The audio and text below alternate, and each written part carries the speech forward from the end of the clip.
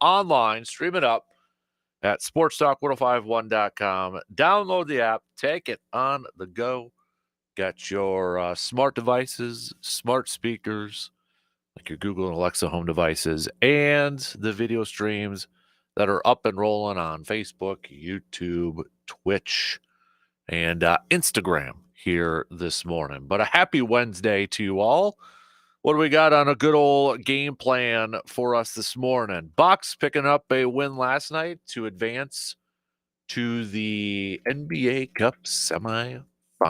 Bucks taking down the Orlando Magic last night. So the Bucks will be heading back to Vegas for the second year in a row to advance to the semifinals, where they will face the winner of Atlanta versus the Knicks. That game will be tonight. Giannis, 37 points, 7 rebounds for the Greek Freak. Damian Lillard contributing with 28 points and 9 assists.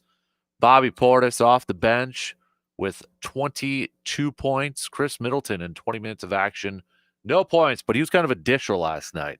He was distributing 8 assists for Chris Middleton, 3 steals, kind of running a little bit of the point last night too, coming off the bench and being essentially the point guard there. But you could tell a difference too in the distribution when Middleton's out there. I mean, him and Giannis have that connection, especially Middleton to Giannis with the cut and that. Anybody who's played hoops, there's once in a while you'll have that certain connection with somebody out there, and you just kind of know where they're going, and it's like that, nonverbal communication over there. Middleton and Giannis have that, and Middleton played that role last night, being the distributor over there. So, but again, shorter bench for the Bucks. The 4 people just coming off the bench. We were talking about this yesterday, excuse me. Bobby Portis, Middleton, Gary Trent Jr., and AJ Green actually playing 33 minutes last night. So, but we'll see if the Bucks can continue to move along here, see if they advance in the NBA Cup coming up on Saturday over there. So we'll talk some hoops. Speaking of which, the Badgers losing skid continues as they fell to Illinois last night. So after starting the season undefeated, the Badgers have now lost their last 3 games. Nolan Winter, 15 points to lead the Badgers. John Tonje, 5 of 15 from the field for just 14 points. The Badgers shot 44% from the field, but actually a little bit better. I mean, percentage-wise, shooting from the field, Badgers were better than Illinois, but kind of an uncharacteristic night at the charity stripe for the Badgers. 66.7% from the free throw line. They were just 14 of 21 for one of the better teams in the country at the charity stripe. They struggled. They struggled last night. Also, rebounds. Illinois out-rebounding them last night, 40-29. Turnovers were kind of an issue too, but kind of the physicality that Illinois brought last night. If you were watching, you can tell it was Illinois that was willing to be a little bit more physical there too. So, but the Badgers now dropping to 0-2 in conference play after losing to Michigan and Illinois. So, Badgers next up for them. They've got that game against Butler coming up on the 14th, just a couple days from now. So they've got Butler, then Detroit Mercy next weekend, and then a little bit of a break, Christmas break there, and then they'll begin the new year taking on Iowa and get back into a full-on conference schedule. So we'll talk some hoops, college hoops, pro hoops, all that good stuff here this morning. The Packers will return to practice today, getting set for their Sunday night football matchup against the Seattle Seahawks. We should have a good idea of who's going to be available and such, although last week we kind of thought too, based off of who was practicing, maybe Romeo Doubs and Jair Alexander were going to play, and that wasn't the case. Remember Matt LaFleur saying on Monday too that Jair was still in the concussion protocol, or excuse me, Romeo Doubs was still in the concussion protocol. Also, Evan Williams was in concussion protocol, and Javon Bullard was dealing with an ankle injury. So, but we'll see if any of those guys can get onto the practice field this week and maybe at least put themselves in a position to play this weekend against Seattle. Green Bay is in a clinching scenario, a playoff clinching scenario this weekend.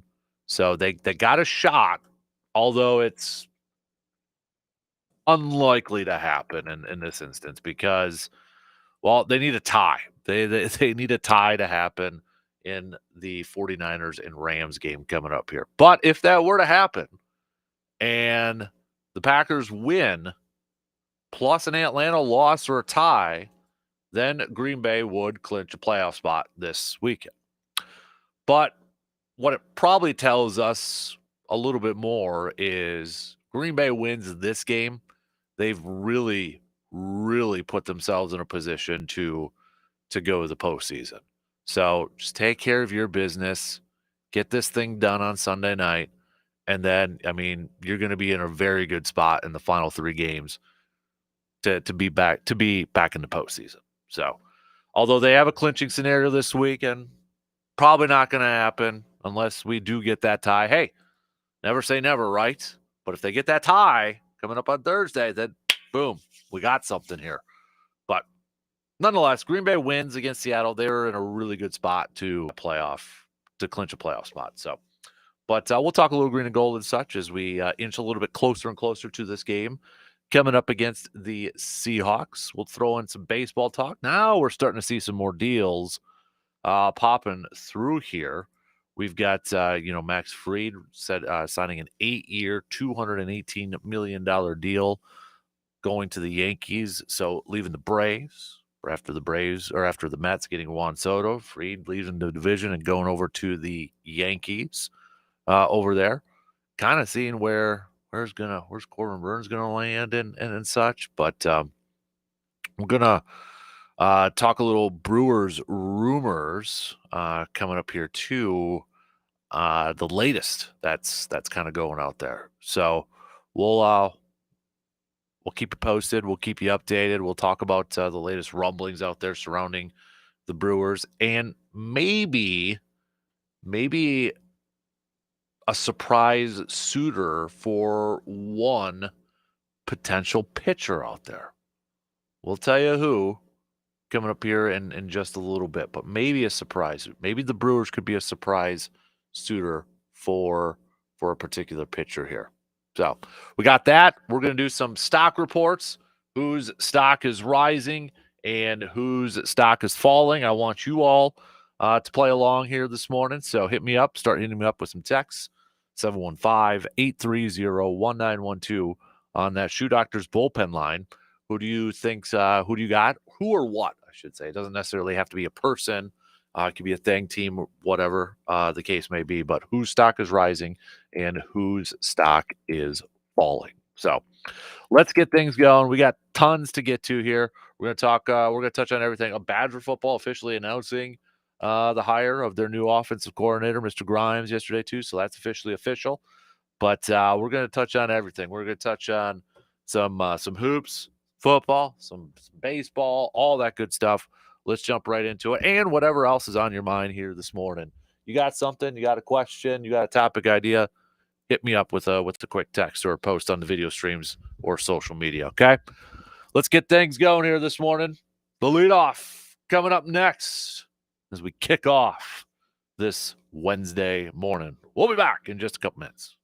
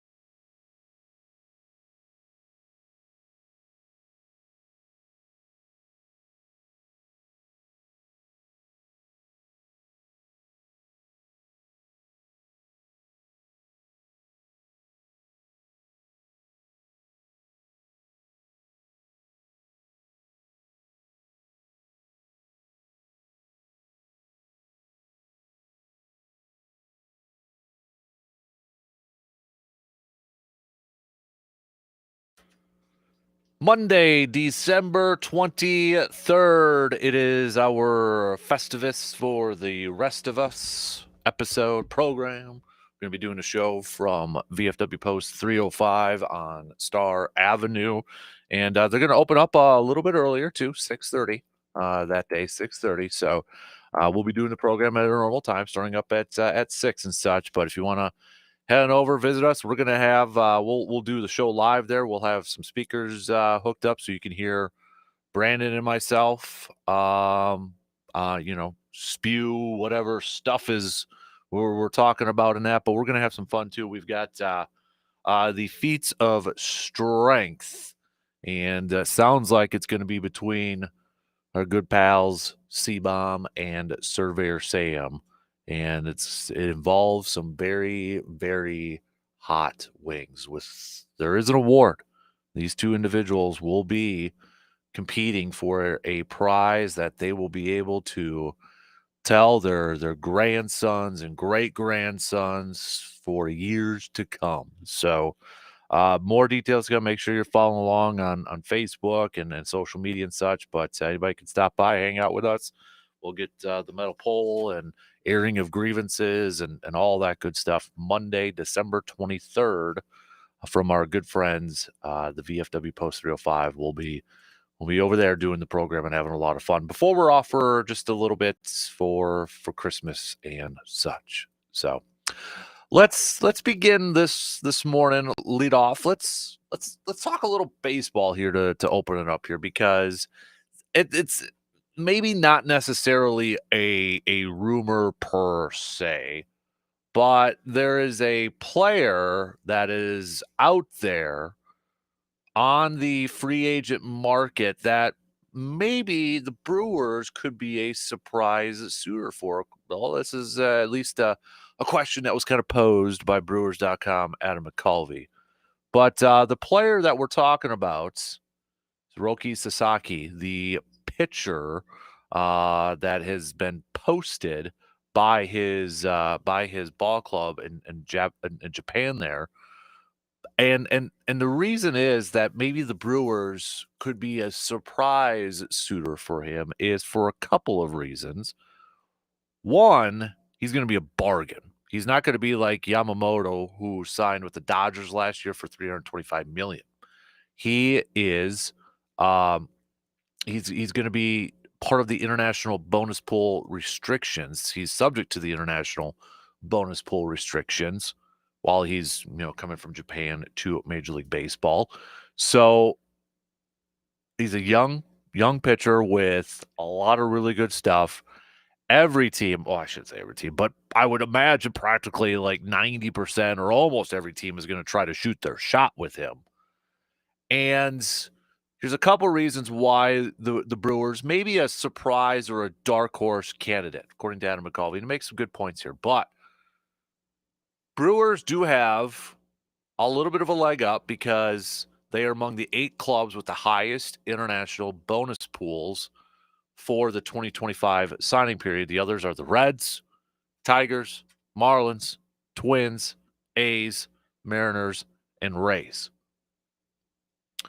But his agent came out the other day, and said this about Sasaki. I mean, I think that there's an argument to be made that a smaller mid-market team might be more beneficial for him as a soft landing coming from Japan, given what he's been through and not having an enjoyable experience with the media. His agent Joel Wolf said, it might be, I'm not saying it will be, I don't know how he's going to view it, it might be beneficial for him to be in a smaller market. But I really don't know how he looks at it yet because I haven't had a chance to really sit down and discuss it with him in great detail. So, bargain based off, his stuff and what scouts are saying, and the fact that his agent has gone out there and said maybe. Now, he didn't say it's a for sure thing, but he said maybe he would benefit by going to a smaller mid-market team. Now, the teams that are favored or thought of as likely landing points, or maybe with a leg up. You're looking at the coast teams, especially the Padres and the Dodgers over there. Mike Schilt said that they were going to put the full court press on him and such. So and Dodgers, Andrew Friedman called him a major priority. So Brewers definitely have a lot of competition, a ton of competition. But maybe, just maybe, this is a guy, if he does value smaller markets with maybe a little bit of a friendlier media market over there too, could the Brewers potentially be an option? Maybe. Kind of a dark horse. But but if you're a Brewers fan, maybe kind of pay attention to this kid, Roki Sasaki, and the sweepstakes going on for him right now.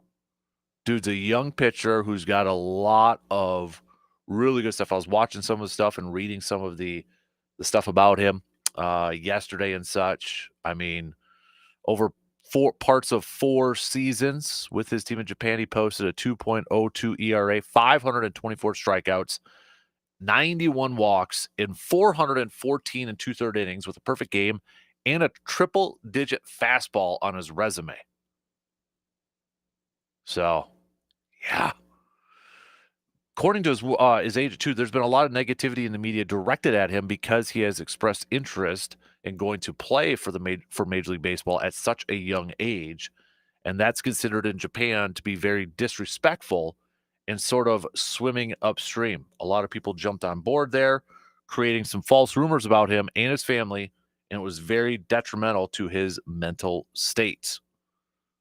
So again, could Milwaukee? If I'm Matt Arnold, my approach is, the elevator music, if you will, or the elevator pitch is like, hey, you kind of want to begin your MLB career, start it off with a soft landing with, not necessarily being on hyper focused and spotlight is going to be on you. I mean, if he goes to the Brewers, there's going to be a little bit of spotlight on him, but let's be real. It's not going to be like the pressure is going to mount like if you're on the Dodgers right away or the Yankees or those teams, because if you have a little bit of a slow start, I mean, you're going to be on the front pages, the back pages, everybody's going to be on your case, and you're going to have all these questions and such. You're going to have a little bit of a leeway if you're with a team like the Brewers and let's face it, let's call it what it is, a friendlier media market and a smaller media market too. If I'm the Brewers and I'm Matt Arnold and I'm coming up with my pitch and I get a meeting with his agent himself, that's what I'm focusing on, is that Midwest nice sort of pitch surrounding over there. Now, I don't have a whole lot of confidence that the Brewers will be able to pull this off and get this thing done, but maybe, just maybe, something to kind of keep an eye on as a dark horse candidate here, because right now it's been pretty darn quiet surrounding some Brewers free agency. I mean, even for crying out loud, Hudson was asking me, is the Brewers going to sign anybody right now? And that's just it's that first big wave. The big names are coming off the board here. And we know Green Bay. I'm used to saying Green Bay. We know Milwaukee is not going to be players for some of those big names out there, and just kind of letting the market settle a little bit and maybe trying to go a little bargain hunting and finding some of those veterans on those 1-year deals with an option for a second year and such. That seems to be a kind of an MO right now for the crew and such. So, but maybe if you want to hit your wagon to one guy, Sasaki might be the dude over there. It's all going to depend on, does he want to be put in a position to, be on a championship roster right now? Brewers did make the postseason, though, last year. It's going to be interesting to see where he goes. If media and, trying to have that quote-unquote soft landing is a real thing for him, it'll be interesting to see where he does land, where he decides to go. So, other than that, baseball wise, it has been pretty darn quiet for the Brewers. I mean, the Giants officially announcing the signing of former Brewer Willy Adames yesterday. Brewers posted out a thank you post and all that stuff with him. Talked about Max Fried getting that deal from the Yankees and such. So I mean, you're starting to see these names, bigger names, falling off the board and landing in their new spots. I'm curious to where, okay, so I can't imagine the Yankees now going to be in the Corbin Burns market after signing Max Fried and they got Garrett Cole and such. So where's Corbin's market? And I actually was doing a search earlier this morning, and there was one report that the Red Sox appear hesitant to spend on what it would take to land Corbin Burns. So, where Toronto? I mean, if I'm Corbin, yes, you want to cash in. This is Corbin Burns' probably his only big time contract offer. These guys are getting long-term deals and such. So this is going to be his one shot to get like a Max Fried contract or some of these big deals. So is it going to be that? Is it all about Corbin getting the money right away, or is he going to be? I also want to go to a little bit of a contender over there too. It'll be interesting to see where he goes and which team kind of goes all out for him. Yeah, there's conflicting reports with Corbin because there's some here saying that Boston is preparing a deal for Corbin, but then there was something just like 30 minutes ago saying they're a little hesitant and such. So I don't know. I think a lot of that is just some back and forth and trying to maybe lower the number for him for some other teams over there and such. But I love free agency when it gets in any sport when it gets kind of crazy and stuff like this. So moving on, let's hit up a little Bucks chats here as the Bucks picking up a win last night against the Orlando Magic and getting a spot in the semifinals in the NBA Cup, where they will be taking on the winner between the New York Knicks and the Atlanta Hawks. That game is going to be tonight.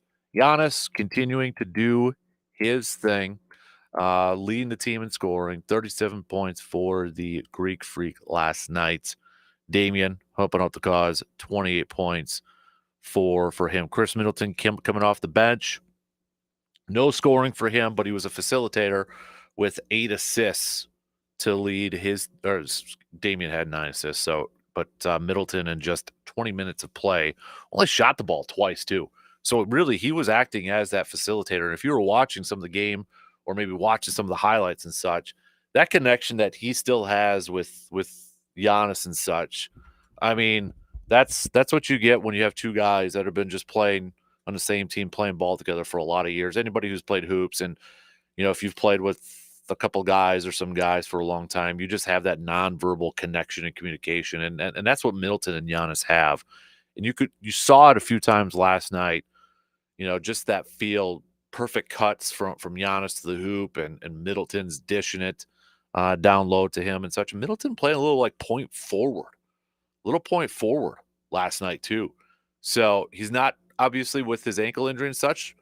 Be kind of curious to see if that's kind of a role for Chris Middleton as the season progresses. Is he going to be kind of that point forward, kind of a backup point guard sort of thing? Because, I mean, if they continue with this rotation, and this is, we'll see if Middleton maybe cracks the starting lineup eventually again.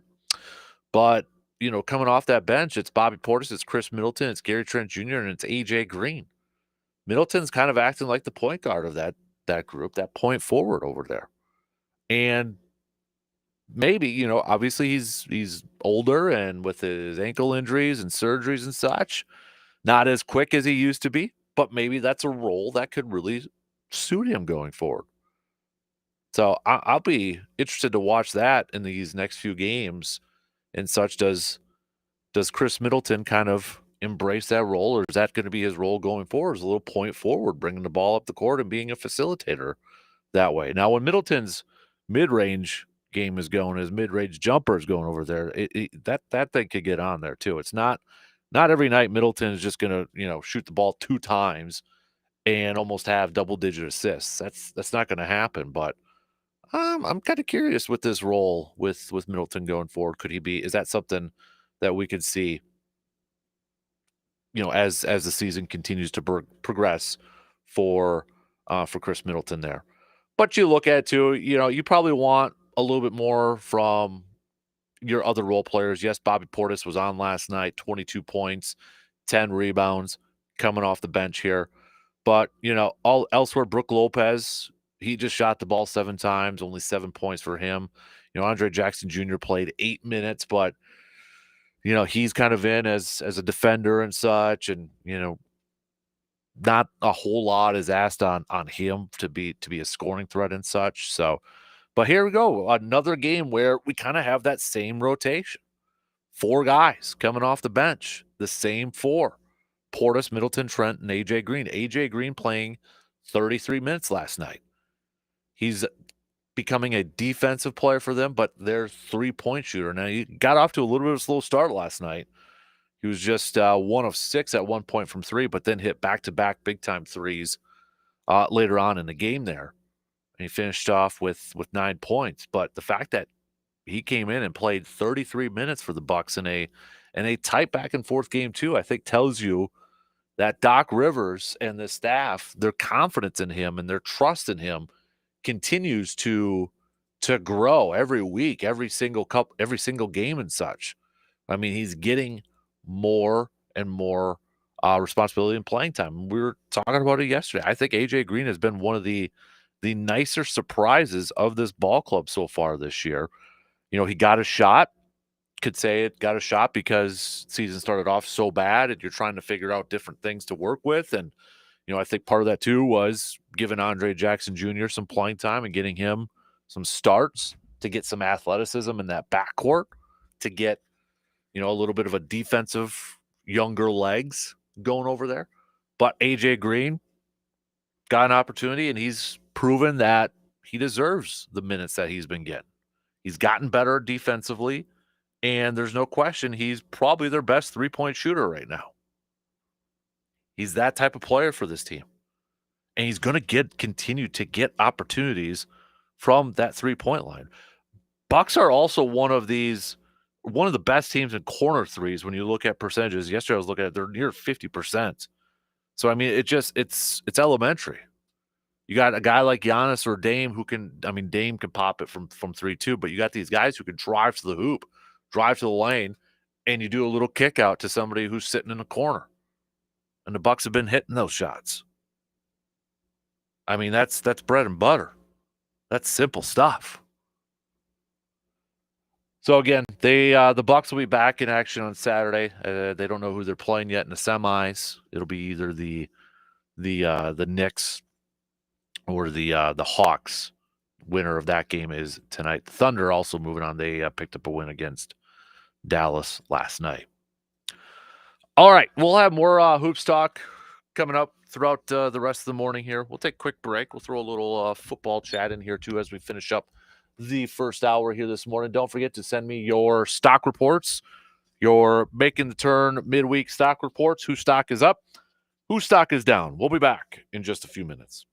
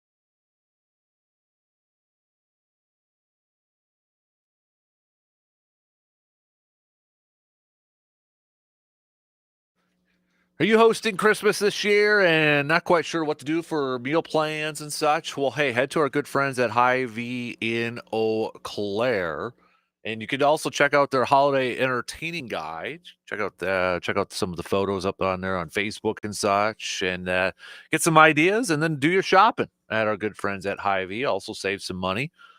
Best prices in town, best quality in town, and then you can double up by saving at the pump, at the gas pump over there too. And while you're at Hy-Vee, don't forget to get some stocking stuffers, like from some items from the team shop, maybe some apparel of your favorite high school, pro, college teams. Grab some man cave light out of the fridges over there in the wine and spirits department. Everybody in your stocking, if they're of age, get the man cave light, or maybe your meals. You're going to fire up the grill and do some Dan Good burgers over there and such. But Hy-Vee's got plenty of different options for you to choose from for your holiday entertaining. I love their shrimp and crab entertainment tray over there, or their charcuterie boards. I mean, they've got a lot of good stuff to choose from over there too. So, all right, we might as well. I was going to wait a little bit, but we might as well do it right now because a couple people asked if I'd seen this, and of course I've seen it. But it's the whole Favre and Mark Gastineau thing. So I mean, there's another 30 for 30 coming out December 13th, Friday, and it's called the New York Sack Exchange. Mark Gastineau had the sack record, and then Strahan broke it with the whole Favre sack flop, whatever you want to call it. And trailer played, or a clip of it, I shouldn't say trailer, a clip of it played yesterday, and it has made the sports world buzz. If you didn't hear it, I'll play it here just for a minute, but essentially it's Mark Gastineau confronting Brett Favre at a card show. I think it was last year, they said. I'll just play and you can hear it. So let's just say it's very, very, very awkward.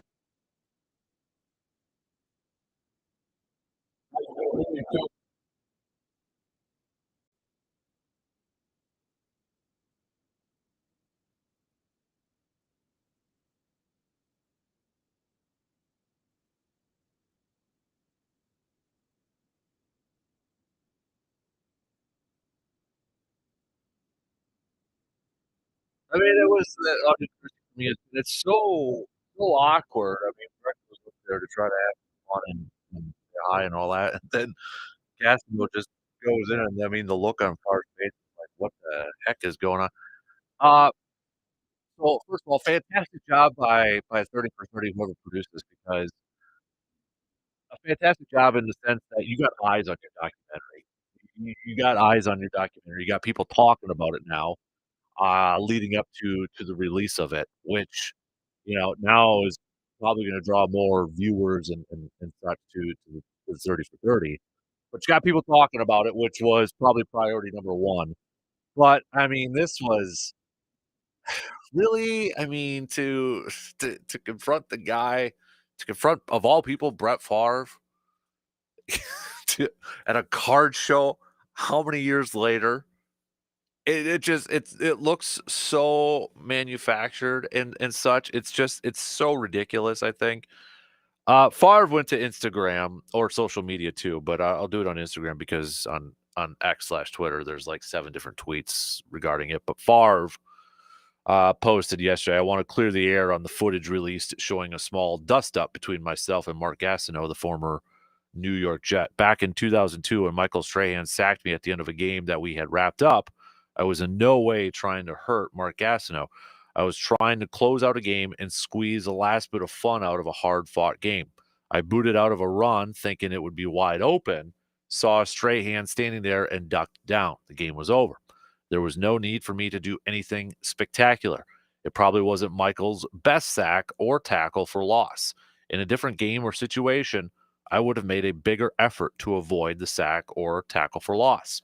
But at no point was I thinking about hurting Mark. Maybe it crossed my mind to help Strahan. I didn't think it through. That wasn't my forte at the time. I just wanted to have fun and compete. In retrospect, I understand how Gastineau feels.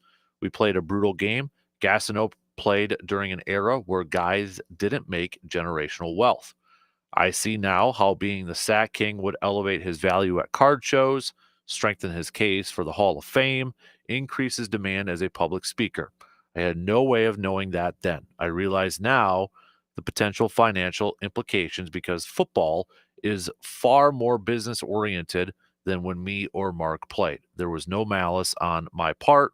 Mark was a great player. My understanding is he's a great guy and a fun teammate, a guy who played with the kind of joy and passion I try to mimic. I understand his frustration, but I'm not his enemy. A while back, he saw me at a card show and got his frustration off his chest. It's not the kind of moment that should be filmed and released. It was a private moment of frustration between two old football warriors. I have great deal of respect for Mark. I hope one day he joins me in the Hall of Fame. He earned it. Look at his numbers. He eclipsed 20 sacks twice and had 19 in another year. Mark definitely left an undeniable mark on the game. I hope this controversy brings attention to just how great Mark Gastineau was. He belongs in Canton. So I got to tip my cap to Farr for taking the high road and, endorsing Mark for the Hall of Fame and such. But, I agree that it probably shouldn't have been a thing to begin with. And here's the other thing too. Like he's right. At that point, nobody knew that you could turn quote unquote Sack King into something years down the road where he could benefit from and market and probably, get the what is it, the copyright or whatever, you know what I mean, like tag that phrase and then generate money off of that and such. They weren't thinking about that at the time. It's probably something that was just came up in the last few years. And oh, by the way, TJ Watt tied it. Okay. So I mean, TJ Watt tied the record just a few years ago too. So it's like, dude, what's going on here? To me, this is all just a PR stunt sort of thing. Trying to make the case and such. Is he upset? Probably. He's probably upset that he's losing out on a little bit of money. But I mean, for crying out loud, at that time, that's not what you were thinking of. And I think it's overblown, kind of ridiculous.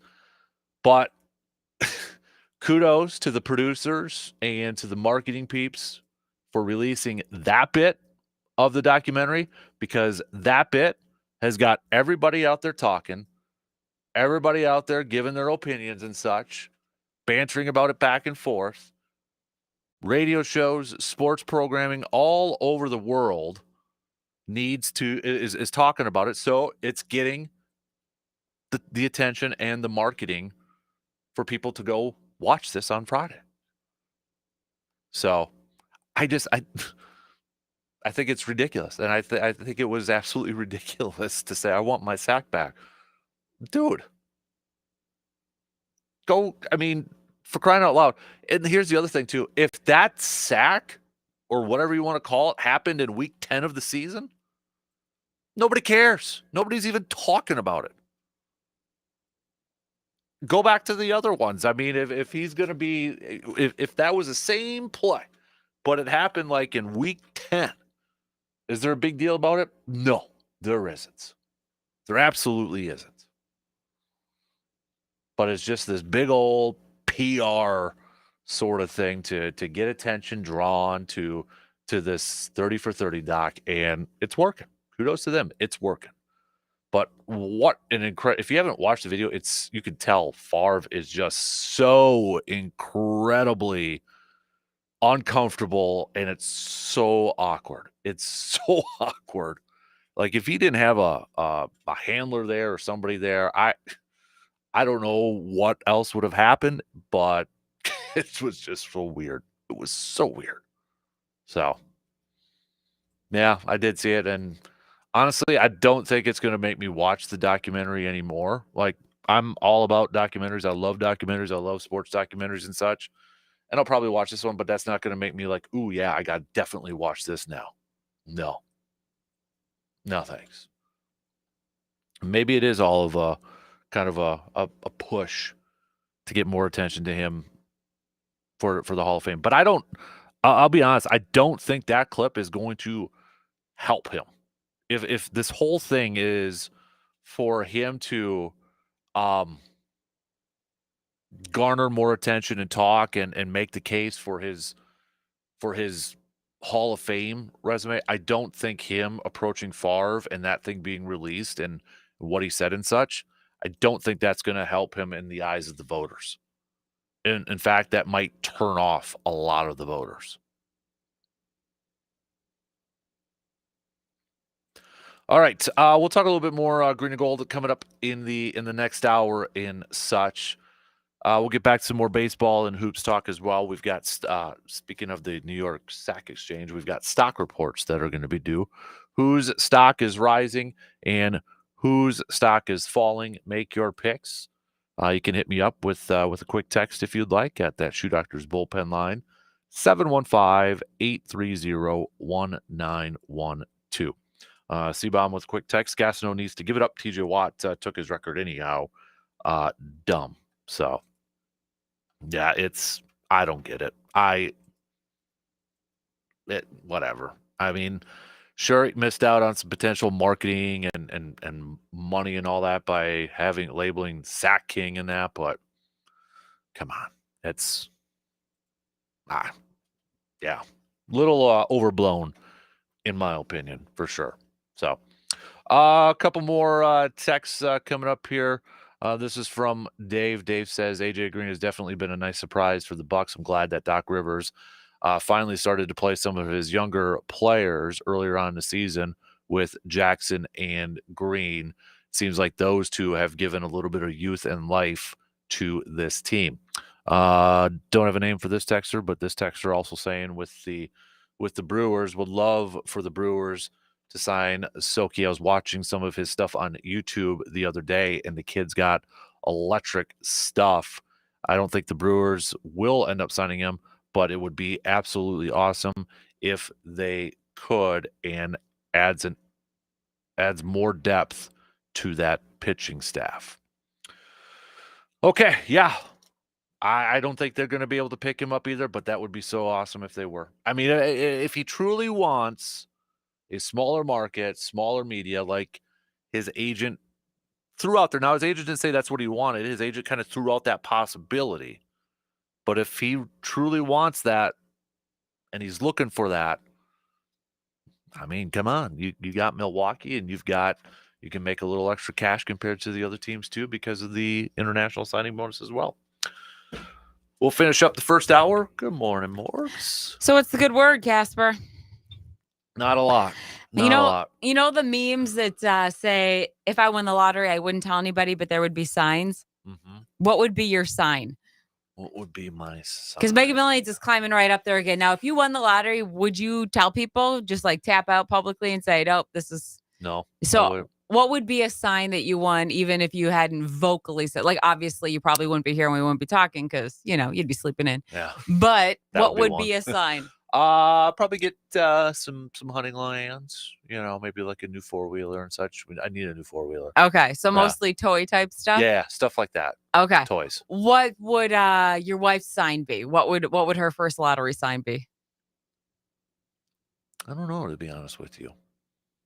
Probably a vacation sometime. Probably paying off loans. Yeah. That's her big thing, is bills and that. So, yeah. Yeah. Let's assume lottery money's fun money. She's the worst at trying to figure out gifts because she doesn't want, maybe not worse, but when it comes to like Christmas gifts and her birthday's like in 6 days. Oh, she's a December birthday too? Yeah. You cannot piggyback that. You got to do 2 separate gifts. Well, it's 2 separate gifts, but it's all off her Christmas list. So that's fine. Okay. But she wants like stuff she can use, like pots and pans and all that stuff. I'm fully on board. I like utilitarian gifts. I want fun stuff. Okay. I want fun stuff. What would you say is the single, especially this time of year if people are kind of like behind the ball when it comes to Christmas, what's the single best gift she's ever gotten you? Ever gotten me? Is she better at knowing you than you are at her? Yes. Okay. To that part, yeah. Okay. Yeah. What would you say is one of the best gifts she's ever gotten you, knowing you? Not shopping off the list, but going around the list, going behind Santa's back, finding something that actually was like, hey, I didn't even know I wanted this and I want this. I will say last year, her and Hudson got me a customized Funko Pop. Oh, yeah? Yeah. That was a good one? Yep. Okay. Holding a football and a cell phone. I was going to say, you can't catch that with 2 hands. You're no wide receiver. Yeah. You got a phone in one hand all the time. So that was pretty cool. I did not expect that.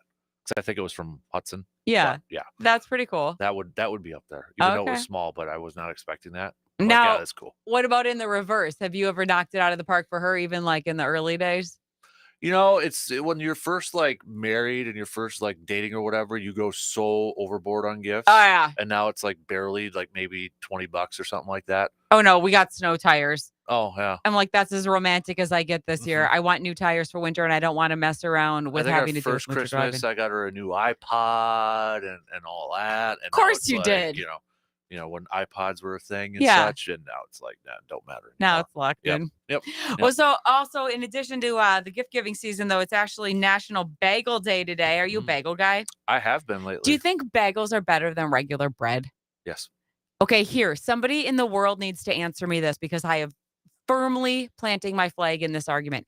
Toast is weirdly better than plain bread. But why? Depends. No way. All the time, always. Toast is the jam. Depends. It's such a weird adjustment to the regular product that makes it exponentially better. So I have a weird hunting tradition. Okay. Every year, my grandma makes homemade bread. Uh-huh. I can't have homemade bread toasted though, and I always take it to the stand with just bread and butter, Okay, but like it's a not loaf, toasted. A couple pieces. like homemade communion. You just sit there and eat it piece by No, piece and couple bless pieces, yourself. bread it up, and it's in tinfoil, but I can't toast that. Okay. Right, store bought, I can toast, Okay. but not What about bagels? no toast. Okay, so a little No. bagel trivia for you. What Oh. city is considered to have the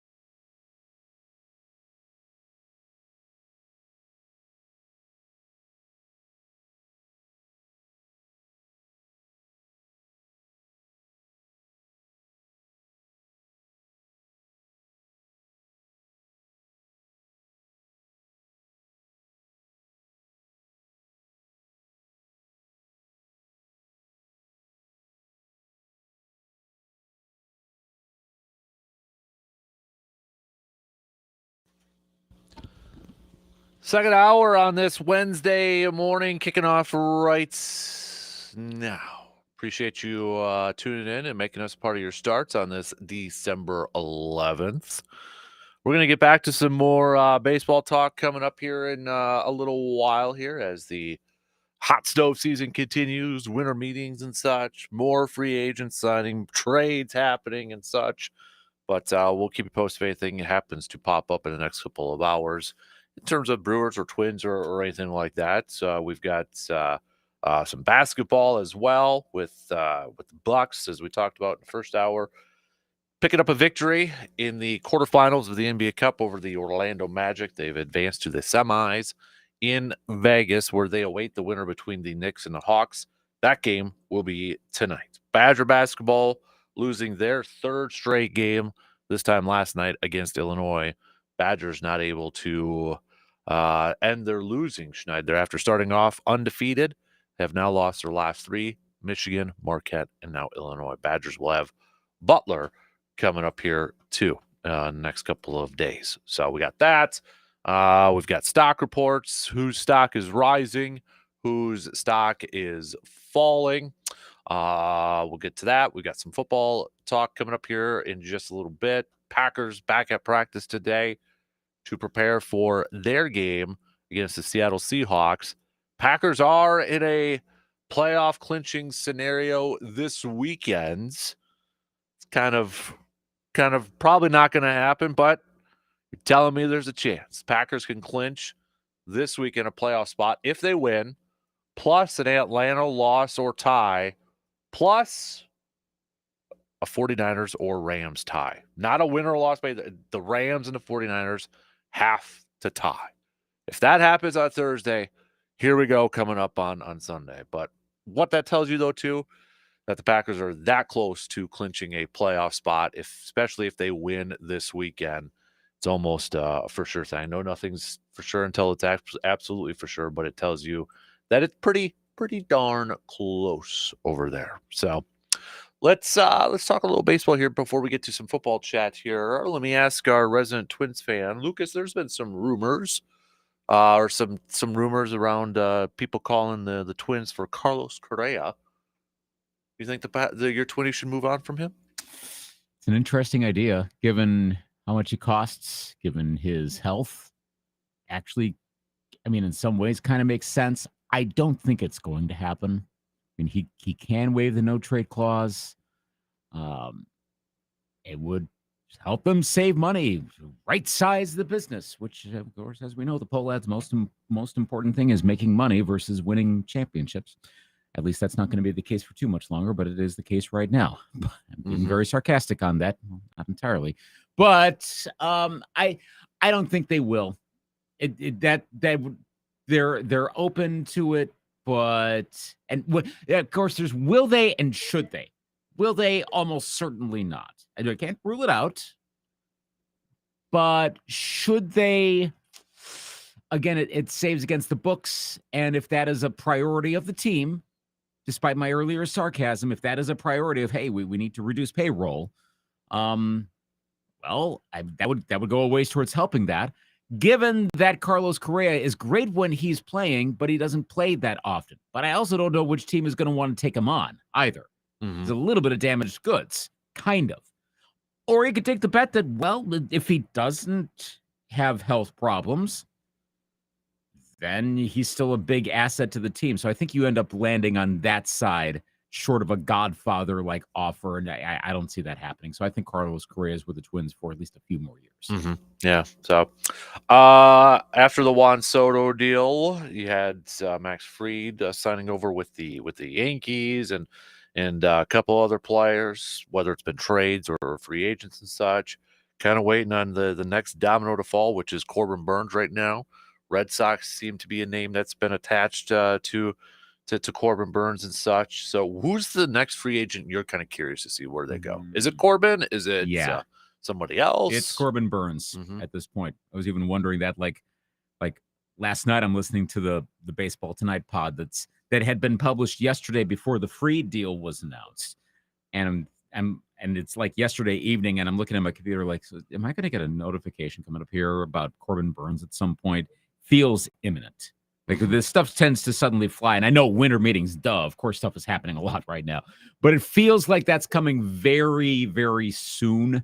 I don't think he's going back to Baltimore. He's not going to the Yankees, obviously. Right.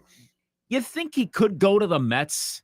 Cohen's not going to stop spending at this rate. Yeah. Or what about maybe the Giants and pairing up with his former teammate Willie Adames? That would be an interesting one. And they need to fill the. Because he is from California. Yeah, but they'd probably really like to fill the Blake Snell spot. Mm-hmm. And yes, Burns is declining in a lot of his numbers. He's probably going to get a deal not really matching where his future performance is likely to go. Mm-hmm. It's, to be real, whomever signs him is probably not getting that great of a deal. Given the amount of money that they're going to spend. He's going to be a good pitcher, but I think he's going to be paid for when he was a great pitcher. But I think you say about the Giants makes more sense, I think is where he ends up. Because I feel and by the way, the Red Sox, you really seem to be in on starting pitching. Mm-hmm. So don't be shocked if he ends up in Boston. You know, you got Buster over there, I mean, shelling out some money with the Giants now. I mean, you make a move for Willie Adames and you're playing in that division. You need like as much talent as you, so I wouldn't be surprised if they overspend just to get a little Corbin Burns action too. Yeah. So I'll throw that one out there. To be competitive, you have in that division right now, with the Dodgers being the Dodgers and the Padres wanting to keep up with them pretty closely, and a plucky Diamondbacks team out there that's they're not going to be bad anytime soon. You kind of do have to keep spending, especially when the Giants fell back towards mediocrity. They're redoing their teams, so fair enough. They could be noticeably better this upcoming season, but you're going to have to keep up with some of the talent that's available out there. So, I could see a Burns or someone like a Burns is going to end up in San Francisco. Yeah, or maybe they are the one that wins the Sasaki sweepstakes too. So, which that's the tricky one, because you got to wait a month. Right.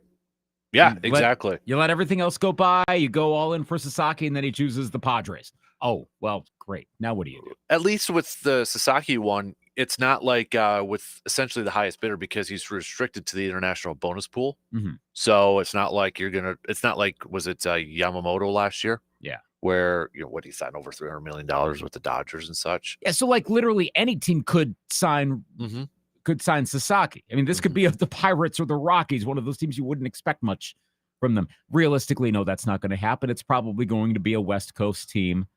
That's kind of how this is working, especially with a lot of like the Japanese free agents. It's not a guarantee, but it's considered in the industry more likely because of proximity. But I would agree with you, but I would also throw what his agent said yesterday. If it is something that he's thinking about, but his agent went out there and said he might benefit from a smaller market because of the negative media attention he's been getting in Japan. Right. So I'm thinking, Brewer, Adam McCulvey. That's the thing. I mean, and also that's where again, depends on how much proximity you want to have. Again, if you're a Japanese player coming over that wants to be, well, if he hates Japan right now, maybe he doesn't care about proximity. So. Fair point. Yeah, then the Pittsburgh Pirates sound like a great option. The Brewers, like you said, sound like a great option at that point. Maybe so. And again, he's not going to be getting the biggest amount of money. Now, correct me if I'm wrong. You have to give up a little bit of something.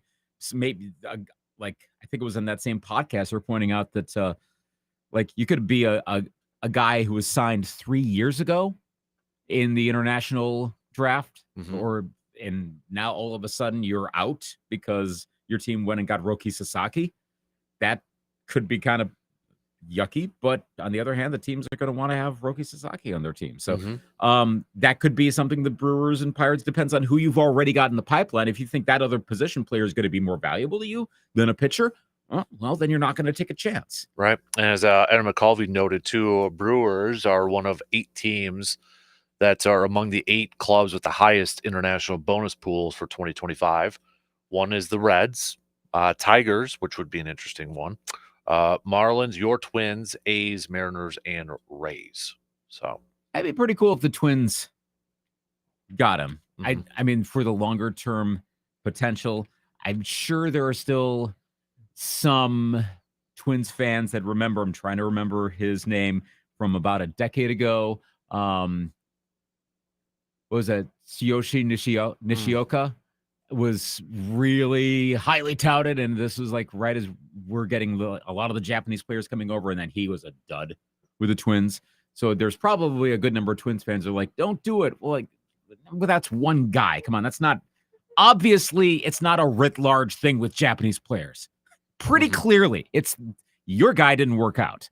But I'll bet there's some in the background there. But I would be good with Sasaki coming to the Twins. I think it'd be great if he came to the Brewers.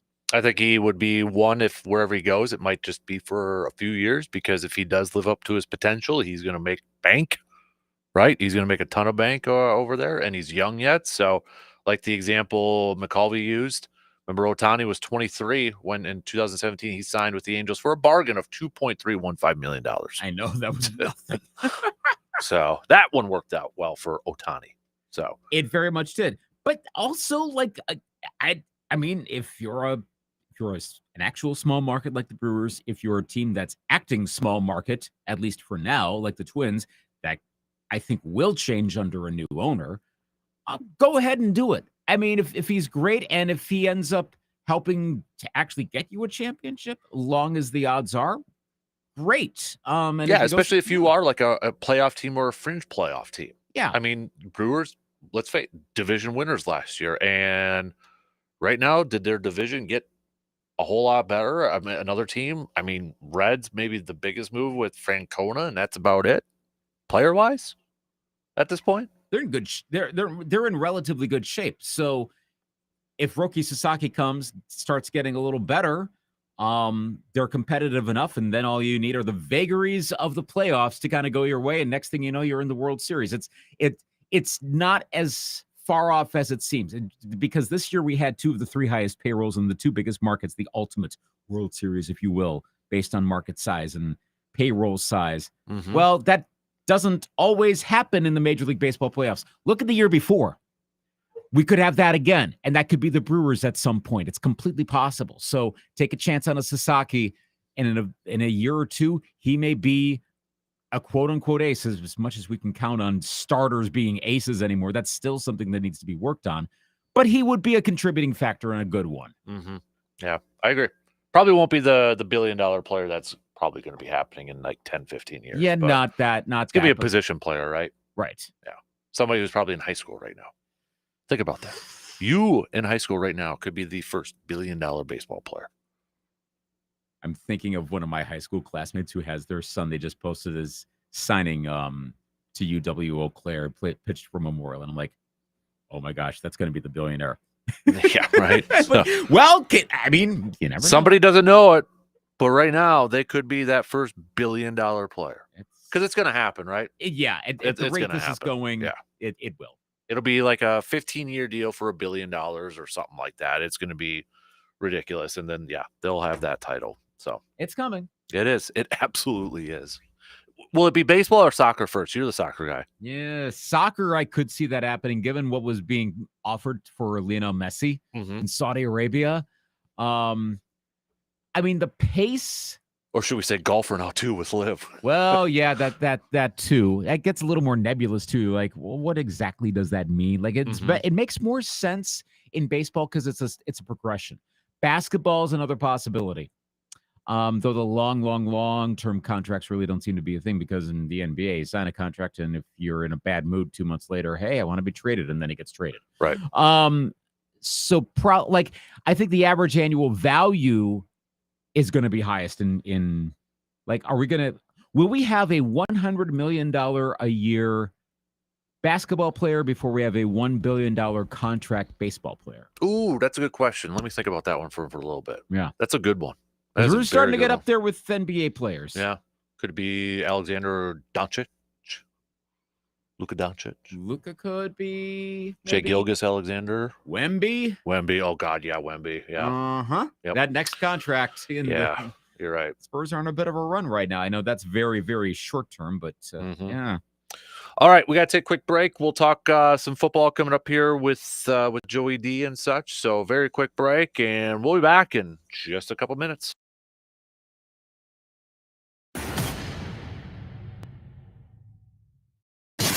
You're listening to The Dan Casper Show. Skilled trade workers are the backbone of every community, and also the Army National Guard.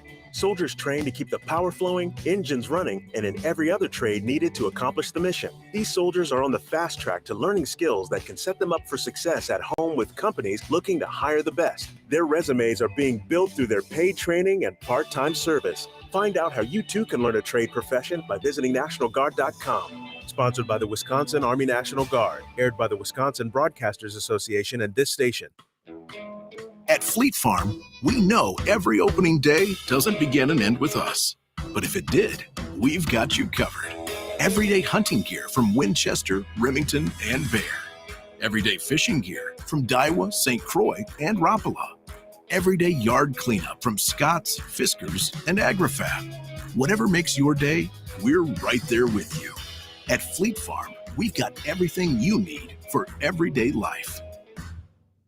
Are you looking for a place to hold an event like a fundraiser or even a baby shower and you're not sure where you should look? Well, hey, look no further because the VFW Post 305 on Star Avenue in Eau Claire has your perfect setup. Just visit VFWPost305.com for information on their outdoor and indoor venue rentals. And don't forget, the VFW Post 305 is your place to go when it comes to breakfast, lunch, and dinner. When it comes to hosting events, having a great meal, or just having a great time, you can't beat the VFW Post 305 on Star Avenue in Eau Claire. Highlighting all the sports and outdoor activities that Wisconsin has to offer. It's the Scunny Sportsman. Visit SportsTalk1051.com to check it out.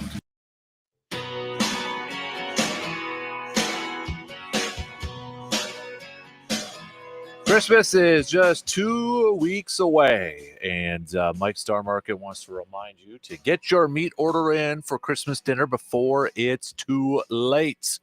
They got their double smoked bone-in ham, smoked turkey, which has got to be ordered by this Friday, prime rib, also some cheese and sausage for your cheese and sausage trays and such.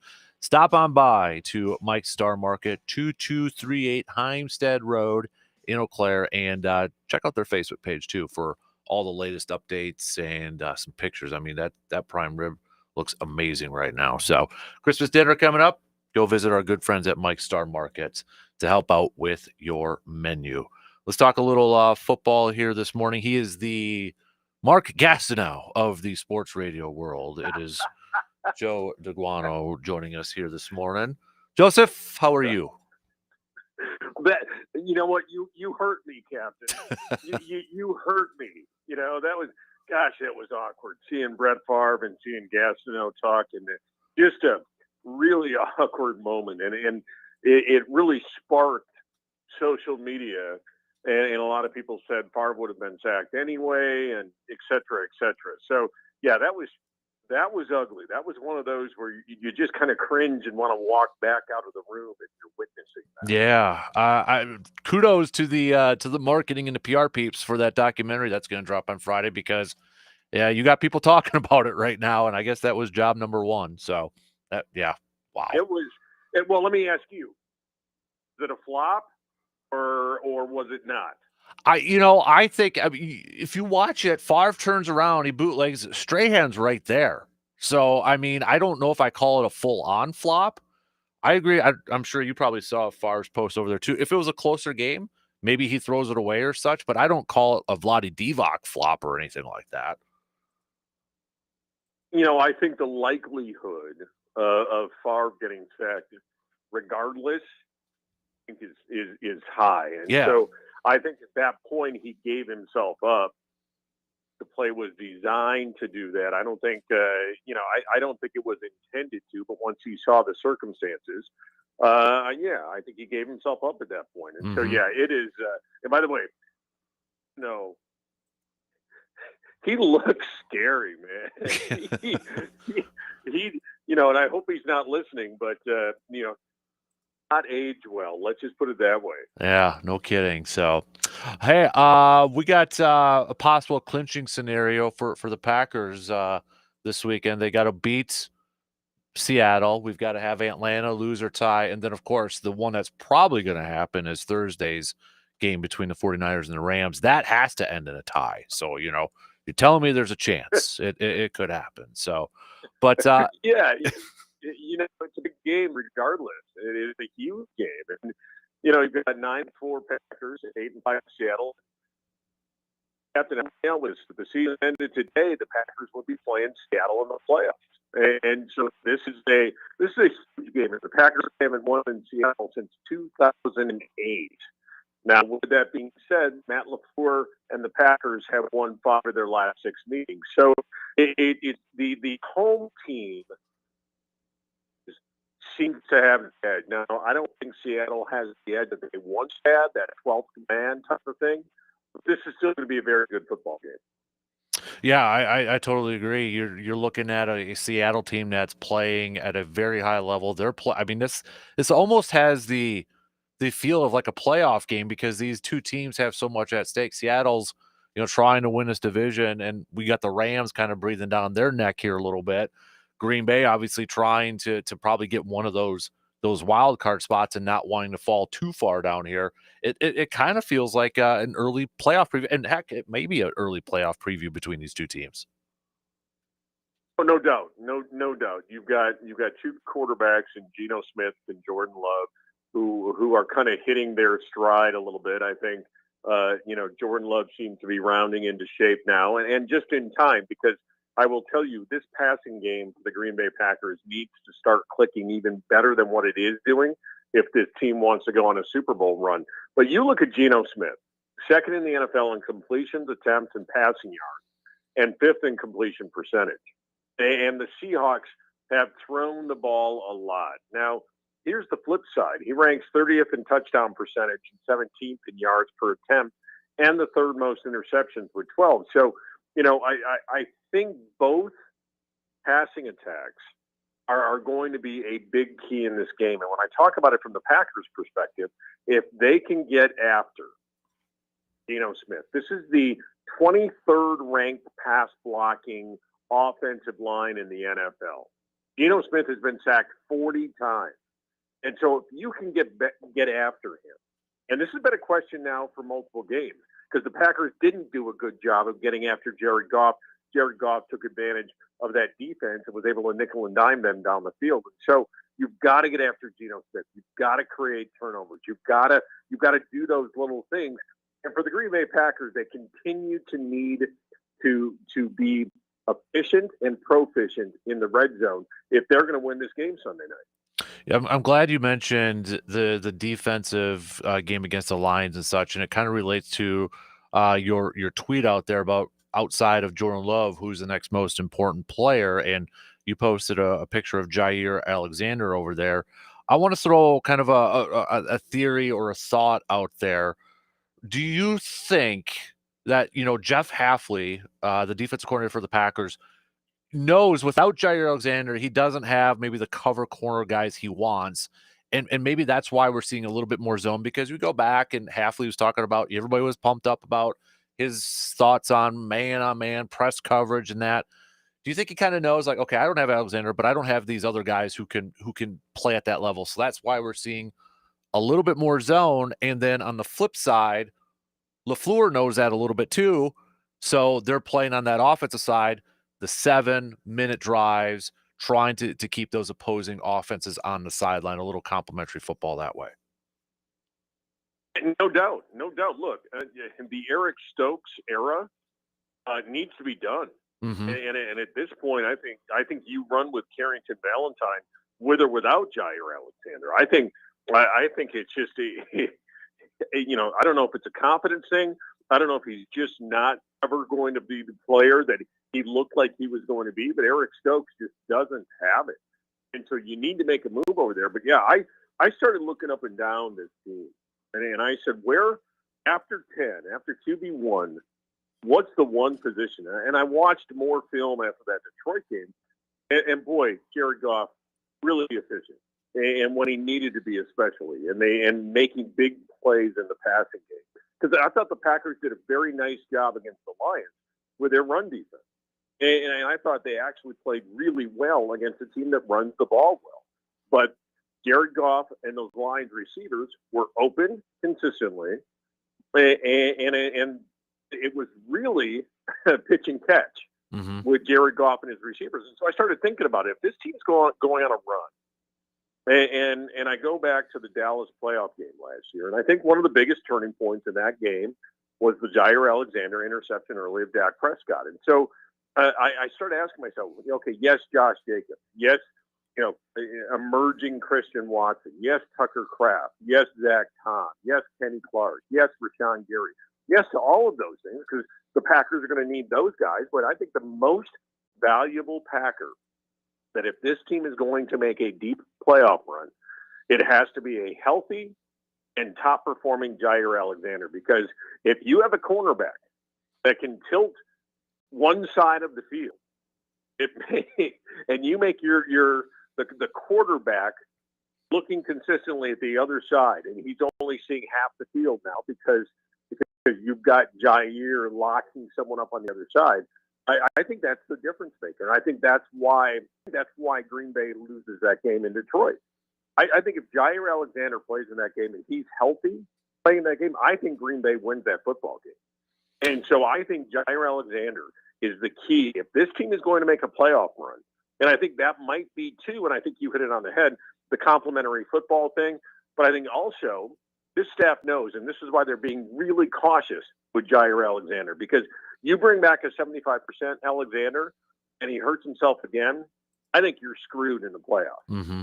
But you bring back an Alexander who's 100%, I think this team can compete for one of the teams to come out of the NFC. We are entering the final quarter of this regular season here. So with this playoff push coming up here, what is something that you want to see from Green Bay that maybe makes you feel a little bit more comfortable about or confident in a playoff, a potential playoff run? And you know what? Besides Alexander, the other two things that I want to see, if you look at the pass rush win rate over the last few weeks, both Van Ness and Gary are picking up their game. And so the nuances of this 4-3 and how are they going to rush from a 4-3 hand in the dirt type of an approach, I think I want to see that continue to develop. And I think the other thing, and again, I think this is a big thing, when you look at Jordan Love's completion percentage, I want to see him consistently this last stretch of the season throwing 65% plus. And again, when you look at the yards per attempt and all those types of things, so I think Love's having a good season. I still look at that, though, around 62% completion percentage, and that needs to get better. So I look at the pass rush win rate, especially of our front four. That's without blitzing. And then I want to see Jordan Love consistently hit above 65%. And if you get a healthy Jair Alexander and you get those other two things, a Van Ness and a Gary pass rush win rate and a 65% plus completion percentage, I think Green Bay can make a run. I think they have the talent to make a run, and they have the pieces to put together a run. It just all needs to come together. I want to ask you this just to kind of go back, because we ended up in a kind of a listener debate earlier in the week. It was Christian Watson or Romeo Doubs. If you could only pick one to re-sign, you can only pick one, and you have to pick one of those, who would be the guy that you would choose to re-sign and bring back? That's a great question. I love Dobbs. I do. I think Rome is one of those guys, and I think Jordan Love looks to him. But I think Christian Watson is such a unique talent.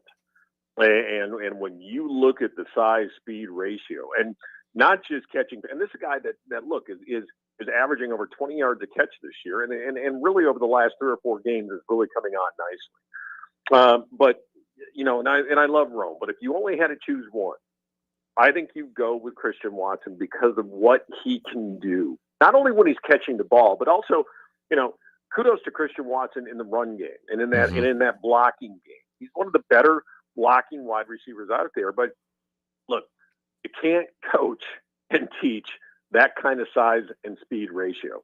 You just can't. And so when you look at obviously Jaden Reed is a keeper. Obviously Tucker Kraft is a keeper. When you've got a guy like Christian Watson that can take the top off of defense, that's going to open things up for other guys in the passing game. And so So again, I love Dobbs. I've thought very highly of him, even since his rookie year. But if you're saying you got one to choose, I choose Cooper Watson.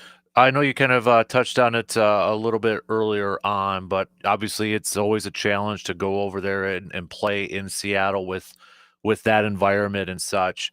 What are some of your keys to victory in this, and how concerned are you, going in that environment? And one of the issues that the Packers have had all season, excuse me, has been false starts and such. And now you're going into a loud environment over there. Are you concerned about that? And what are some of the other keys to victory for this matchup? Going back to it, and we touched on it, this is not a great offensive line for Seattle. So if Green Bay can build, and again, you and I, one of our favorite terms is stacking successes. Mm-hmm. If they build on the success they had against Detroit in the run game, and they make Seattle one-dimensional, and then they get after Geno Smith, this is just not a good offensive line for Seattle. And so I think that's the key to the game. It's going to be that front seven, and going back to it, if Green Bay can run the ball effectively and efficiently and get into that play action pass. Because I love seeing Jordan Love under center in play action. I think he sees the field better. I don't think he rushes through his progressions, and I think a lot of times those plays are open. And so I want to see that play action. I want to see him under center. So I'm gonna say it's whoever controls the line of scrimmage in this football game. And I think Green Bay has the better offensive line for sure between the two. So whoever controls the line of scrimmage wins this football game, and I think that's the key to success. Before I ask you for your prediction, assuming Jair's healthy and the main players are healthy, if Green Bay does play Detroit in the postseason, if they meet up and it would be in Detroit, can Green Bay win that game? Would you have confidence that Green Bay could win that game? Absolutely. And look, nothing in that game last Thursday night said to me that this football team, when healthy, key pieces being healthy, and Detroit was beat up, so this goes on both sides. I think Green Bay can win that football game. Now, again, that being said, I'll tell you what, and I've said this. I'm actually in Michigan and Indiana right now, and I was talking to a Lion fan yesterday, and I said, I'm going to tell you, Dan Campbell's gutsiness is going to cost them a Super Bowl run, because you don't take those kind of chances that Dan Campbell took on Thursday night when you're in the playoffs. Because if he doesn't get that first down on that last drive, on fourth down, rather than kicking the field goal with about 40 seconds to go, and Green Bay marches down, it would have been vilified. Mm-hmm. And so I think Green Bay does match up well, but I think Dan Campbell, and again, I love Dan Campbell, I think if he's going to continue to be that aggressive, I think that's going to cost Detroit a Super Bowl run. But, they're a great team. And I do like Dan Campbell. But, yeah, Green Bay, I think, if you're looking at our best, Packers' best versus their best, yeah, I think Green Bay can compete and win that football game. All right, Joseph, let's get to your prediction. How do you see this one playing out Sunday night? Is this our first Sunday night football? It is our first Sunday night football game. Holy crap. Wow, all right. Yeah, and of course, now the Green Bay is on a run, I think, since the Miami game, or it might have been since the 49er game, that they are prime time all the way through the rest of the year now. So you're not going to see Green Bay in that regular 12 o'clock noon kickoff start on a Sunday. So this game Sunday night, it's going to be tough. And part of me is leaning towards Seattle because it is in Seattle. It's a 3-point spread right now. Packers are favored. So I think there's too much on the line for Green Bay to let down.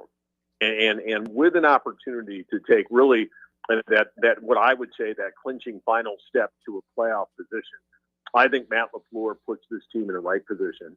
I think Jordan Love plays well, and I think Green Bay comes out of this one with a 31-27 victory. I like it, man. I like it. All right, you tell all those Lions fans over there that regardless of what Zadarius Smith apparently told Lil Wayne at dinner, that it's over with. You tell them that we're going to meet them again in the postseason, okay? Oh, absolutely, man. And you know what? It's this just real quick.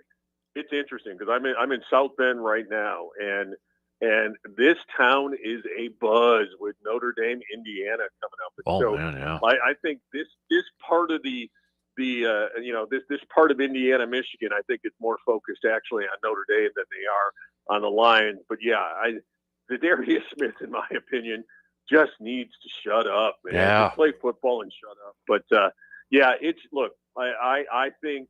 I think the Packers and Lions are going to see each other again, and I think it could be in that NFC Championship game. So, we'll see how this all shakes out. But Green Bay wins Sunday night. I think you can start making your plans for the playoffs. I agree. Joe, appreciate it as always, buddy. Always a pleasure to catch up with you. Enjoy the rest of your week, and we'll see you soon. Okay, sir? All right, brother. Take care, man. You got it. There you go. There's Joe DeGuano joining us here this morning. We're going to take a really quick break, but then Luke, I've got I got a question for you coming up here next, okay? Okay. And it's not sports related. So I'm going to need you to it's in kind of in your wheelhouse a little bit. Okay. It's in your wheelhouse a little bit. But we got to figure out something. Okay. Okay? So a little tease there. Ponder. First off, quick break. And we'll be back to finish up the second hour. Don't forget, send us your stock reports, whose stock is rising and whose stock is falling. We'll hit those up just past 8 o'clock here this morning. We'll be back in a couple minutes.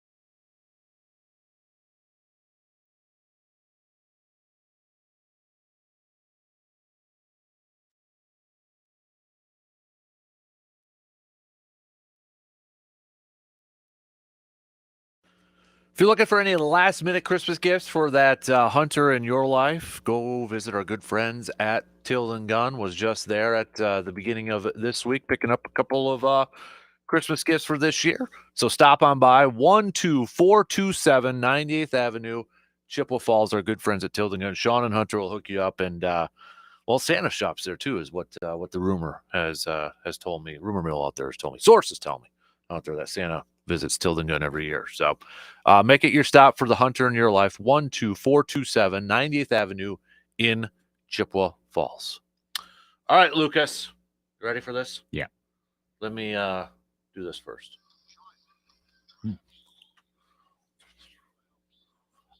I didn't hear about this till yesterday on the Pat McAfee show. What's with this drone thing that's going on right now? You space guy, you.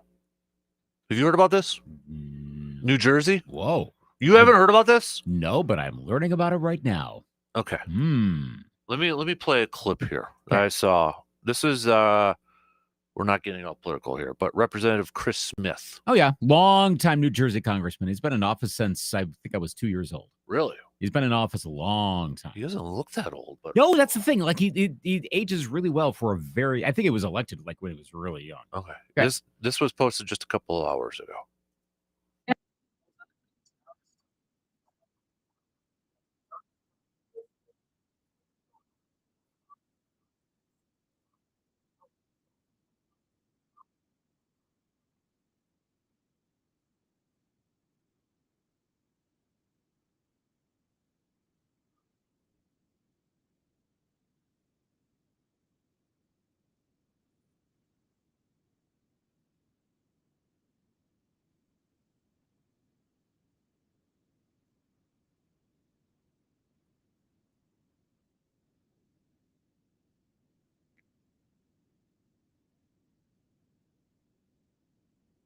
What's going on here, man? Now, Aaron Rodgers apparently, I don't know if he had any success, but he said yesterday on Pat McAfee's show that he was going to try to call in some aliens using some lasers and such. I think he was serious. Well, would you rule it out with Aaron Rodgers? I would not know, but I was happy to hear that apparently Pat McAfee had spent $500 one time to go on a Bigfoot hunt in Georgia. Oh, Didn't see anything or hear anything. So a lot of walking to do in Georgia. Kind of hilly there. it's like $500. That's actually not bad, but if you don't actually hear anything, it's worthless. So well, obviously that's Yeah. the risk you take. I don't know what this is. And yes, insert New Jersey jokes, and there's a million of them, obviously. And insert your New York Jets and New Jersey jokes, which there's a million of those as well. I don't know. Like the governor, or there was something sent to the governor to be like, hey, you got to investigate this. I'm a little I- freaked out, man. Like, I'm a little freaked out here. why is this happening? Yeah, like I'm reading from NewJersey.com, NJ.com. That's one of the main like newspapers sites for New Jersey. And yeah, you got to get behind the paywall. But this, like, 1,000 counties are reporting this. FBI is investigating. The governor is in on this. Like, we're getting like legitimate public figures. Mhm. I don't know. Are these the swamp dragons? Swamp Dragon? Remember, that's what the Devils were going to be called. Ooh. Oh no, strike that. That's what the Nets were going to be called. Okay, if the Nets were going to be called Swamp Dragons, Do you remember the mid-90s? well, I remember a lot of them. Do you remember the mid-90s? Yeah. Do you remember that in the mid-90s there was a proposal to rebrand the New Jersey Nets? Vaguely, but I didn't As- hear Swamp. What'd you say? The Swamp Swamp Dragons. Dragons. The New Okay. Jersey Swamp Dragons. Why wouldn't they just call them the New? Oh, I guess the hockey team's already called that New Jersey Devils, but yeah. Okay. Right. Yeah, there was it was look it up. There was a story from Zach Lowe from 2016 that's like the oral history of this.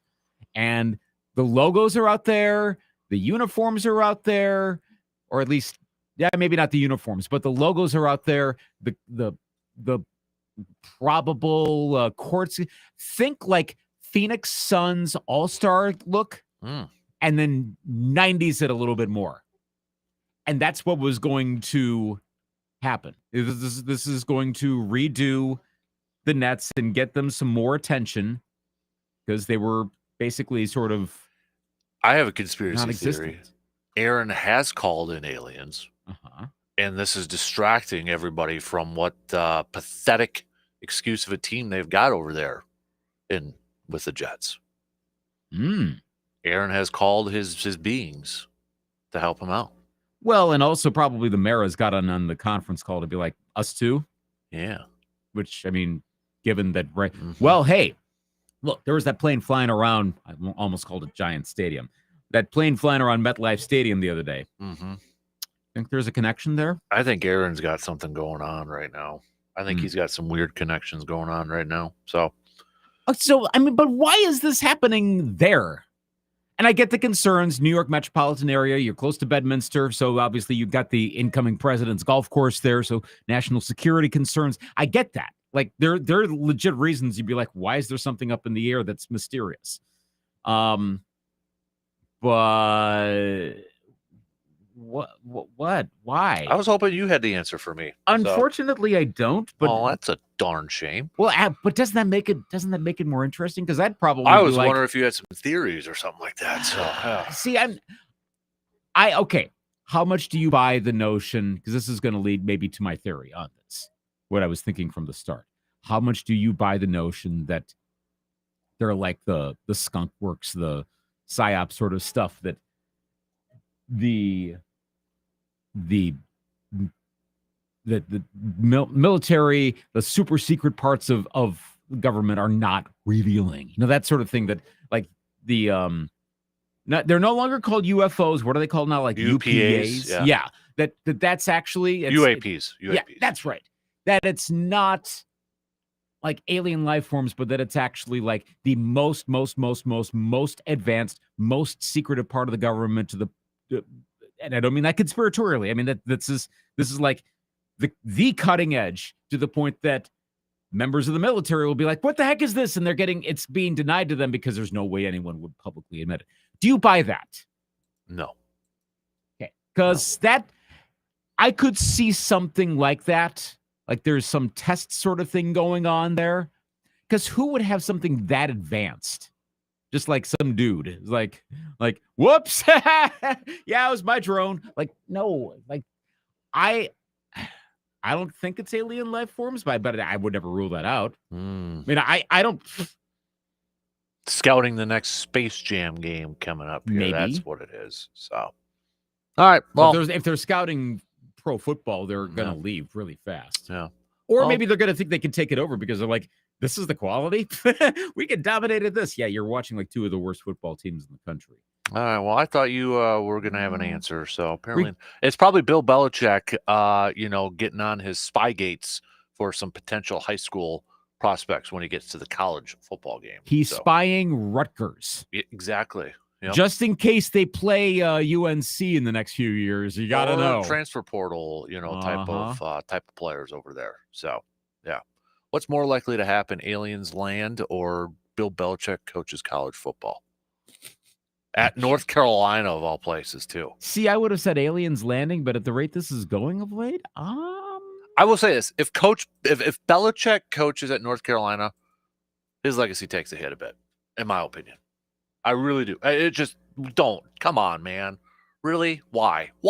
It felt like kind of a letdown. Now, what if he takes over at North Carolina and gets him in the college football playoff within like 2 years? I don't know if he's going to last that long. Probably not. But so let's say he does. They're like the 9th seed 2 years from now. And they go on a bit of a run and they get to the college football playoff, like semifinals. They're playing in the Rose Bowl. I think maybe initially that would be up, but that's going to be forgotten in a couple years, though, if they don't win the national championship. That was my next question. Do they have to? Now, if he wins a national championship, then it changes, yes, but they're not going to. Could being a runner-up be sufficient? Ooh. And he does it in like 2 or 3 years? Yeah. Ooh. Then we're back to Brady versus Belichick. Well, hey, but Belichick went and won a college football championship. Not only Brady versus Belichick, but how about this? Belichick versus Saban. Ooh. He would need to win multiples. I think I will say if Belichick wins one national championship, he's got the better case than Saban because he's got 7 Super Bowls and then 1 national championship. Saban has just national championships. But a lot of them. Right, but Belichick has a lot of Super Bowls. That's so true. Belichick has won one at each level. Yeah. And he would do it in 2 or 3 years at a program of North Carolina, for crying out loud. Yeah, see, now in Saban's case, I think there's more of a thought of he's dominating there. Hence the whole Belichick-Brady debate. A lot of them, there were some really excellent Patriots teams, but there were some that performed well in the clutch compared to, like I was just saying with Bama. And yes, I know there's that LSU national championship in there as well, but that seems to be more on the coach. I think he needs to win multiples. I think if he just wins 1 in 2 or 3 years at North Carolina, that adds more to his legacy. Yeah. Easily, 100%. But he's got to win some more. If this is like, oh, remember when he was the coach of North Carolina? I mean, has North Carolina ever won a national championship in college football? They're a basketball school. No. You're taking a basketball school and doing that too. That's the other part of this. That's like taking Kentucky and winning a national championship in football. Right. Or Kansas. Vanderbilt or Or I see what you mean. But it was like I suppose. Yeah, but yeah, like they're look at what's like Alabama's trying to do it in college basketball right now, but they're a football school. Yeah, what's like I can't even find their highest ranking all time for UNC football. I mean, they've had conference championships, but nothing humongous. So yeah, I don't know. But it does feel like a bit of a solid record if he goes. I'm not convinced that it's going to happen. I know there's all this. Well, it's happening. I don't know that it's really going to happen. I've gone back and forth on this. Could it actually work? I know he went through his philosophy, like building an NFL feeder program, and with the whole NIL landscape and such. I don't know if that's such a big draw for high schoolers. Is like, oh, I'll go play for Belichick and get ready for the NFL, or do they want the instant cash right away? But then at the same time, Belichick can still act like a GM like he was in the NFL because of NIL and money. So you go both ways, I guess, at it a little bit. So. Andrew Brandt's tweet about like instead of a $275 million or like instead of a salary cap, then it's like a $27 million salary cap. And then like, oh, actually, maybe that's a better thing. Well, then it would be kind of weird, the dynamic, because if they got to, with the new rules, if they got to split the money within all the programs, are they going to be taking away some from their prestigious basketball program? True. Because there's people not happy right now with Hubie Davis over there. Yeah. That would tend to help a little bit more for football. Interesting. Then you got Jordan stepping in and saying, no. I'll throw you a bunch of cash, probably. Remember, the roof is the ceiling. The roof is the ceiling. All right, 2 in. We got one more to go. We're going to kick off the next hour with stock reports coming up next.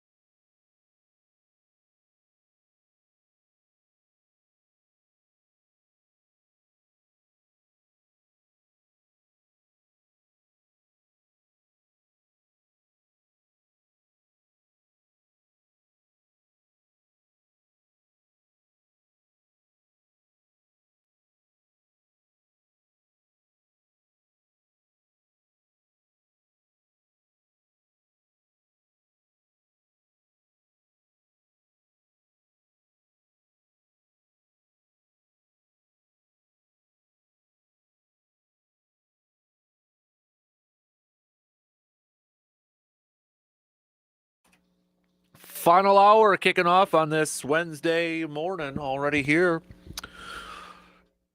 If we're those roads are pretty slick, as Morgan was saying. It's a good reminder to always pay attention to our website, sportstalk1051.com, for the WEAU 13 News First Alert school closings that are brought to you by Hovland's and ServiceMaster.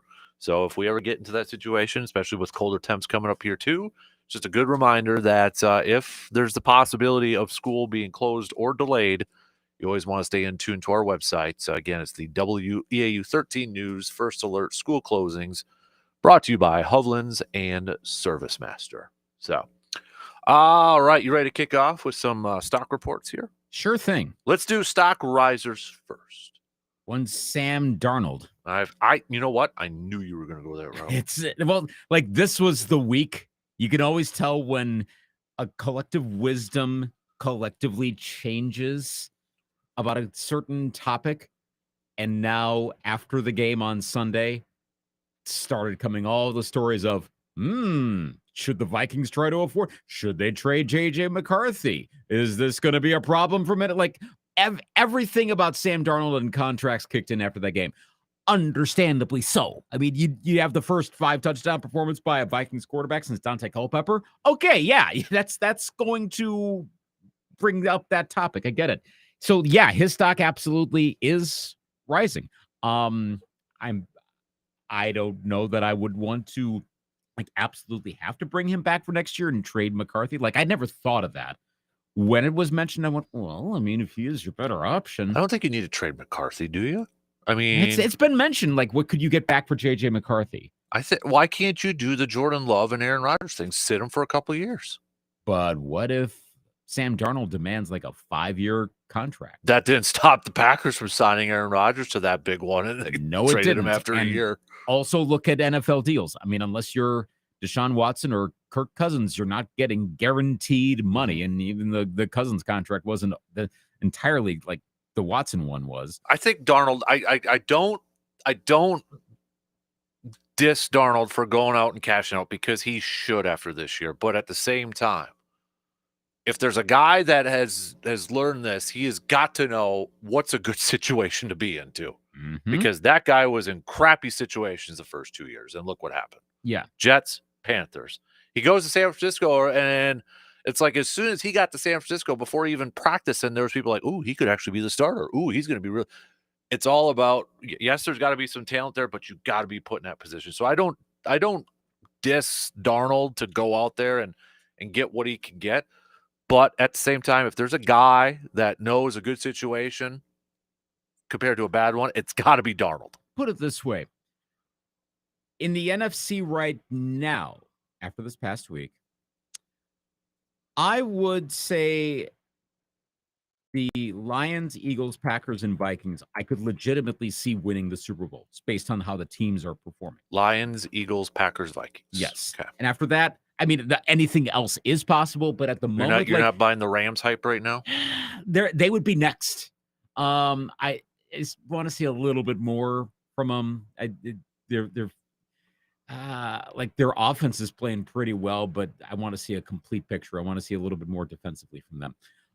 But if we look back on this at the end of February, the way these teams are performing, they're fitting prior comps. I can't come up with an exact team, but there's enough familiarity with the way these 4 teams are playing right now. I could see any of them going on a run. So there you go. The Vikings are one of them. Sam Darnold, if you want to continue to be in a position like that, where I would argue the Vikings are probably going to be in a better talent position going forward. That was the anticipation. That's probably where you want to be. Then comes that J.J. McCarthy question. Either way, though, he's going to get paid more money. He's in a better spot. He's a better spot financially. He may not be in a better spot winning-wise, but financially, his stock is definitely going up based on this season. Here's my question. I'm looking at the teams now, and I'll be like, well, where's he going to go? It's not going to be Kansas City. It's not going to be Buffalo. It's probably not going to be Pittsburgh. It's not going to be Houston. It's not going to be Baltimore. It's not going to be the Chargers. It's not going to be Denver. I don't know about the Colts yet. It's not going to be Miami. It's not going to be the Bengals. Browns are stuck. Jaguars, no. He ain't going back to the Jets. Maybe the Titans, but again, situation. Patriots, they got Drake May. Raiders, they're probably going to draft their quarterback. It's not going to be Detroit. It's not going to be Philly. Then there's Minnesota. It's not going to be Green Bay. Don't think it'll be Seattle. It's not going to be Washington. It's not going to be Tampa Bay. It's not going to be the Rams. Atlanta would be funny. Arizona, it's not going to be. It's not going to be San Francisco. Maybe the Saints, but they got Derek Carr. It's not going to be Dallas because they're stuck with Dak. It's not going to be Chicago. Don't think it'll be Carolina. Again, not going to go back there. And Giants are going to draft their quarterback. It's going to be Slim Pickens. Yeah. Because who's left after that? You listed almost the entire league. I did do the entire league. Well, okay. So I mean, you got a couple, but again, if you're Sam Darnold and say the Vikings offer you a 2-year deal with like you're making almost $50 million a year, why not take that? Yeah. And you can, and again, go back to the Packers mold of like it. Mm-hmm. That would be a good way for the Vikings to copy the Packers outside of taking in their leftovers. Okay, we'll do that because that's really worked. And I mean, that's up to you to do a good job, Minnesota. But they got a guy right now as a coach. Now, he, of course, is going to command a whole lot of money when his contract comes up. But as long as he sticks around, sure. Mm-hmm. Yeah. That's a good situation to be. Right. To be. Yeah. It's almost kind of similar maybe to what Seahawks did with Geno Smith, where they signed him to a little bit of a shorter deal, but he got paid. Possibly. It's not. Right? It's not a bad move. I mean, Geno Smith. Sure, talk about your career resurrections. Mm-hmm. Smith and Baker Mayfield, up two of the best career resurrections. We're seeing it right now with Sam Darnold. I want to see some more. I think most people want to see more than most of one season. Because there have been some not so great moments this year as well.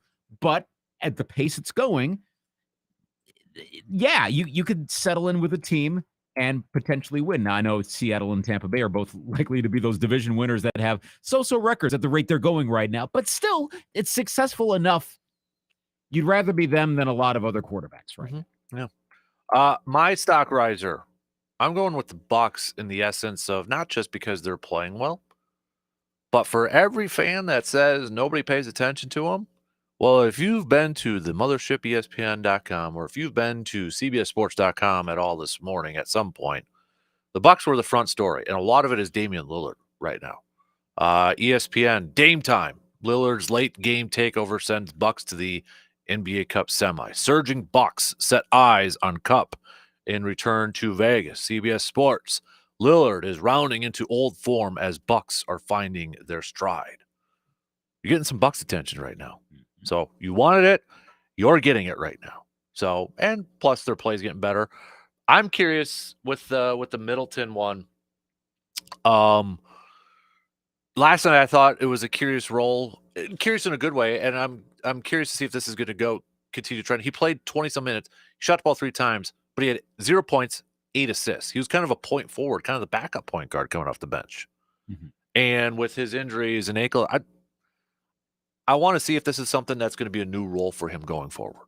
So, but would you be okay with that? I think I would. I mean, he's still got an offensive game. If his mid-range jumper is going on, I mean, he's got a sweet mid-range game there. I would like to see him be. I don't like seeing him score 0 points in 20 minutes, but him and Giannis are picking up with that connection.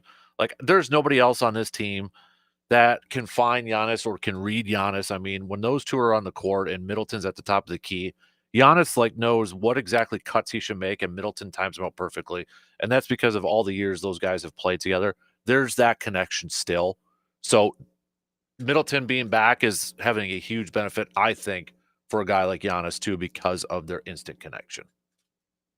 So what move would you make? Let's presume that this holds the same pace. Okay, not the same pace of wins necessarily, but the same pace of quality.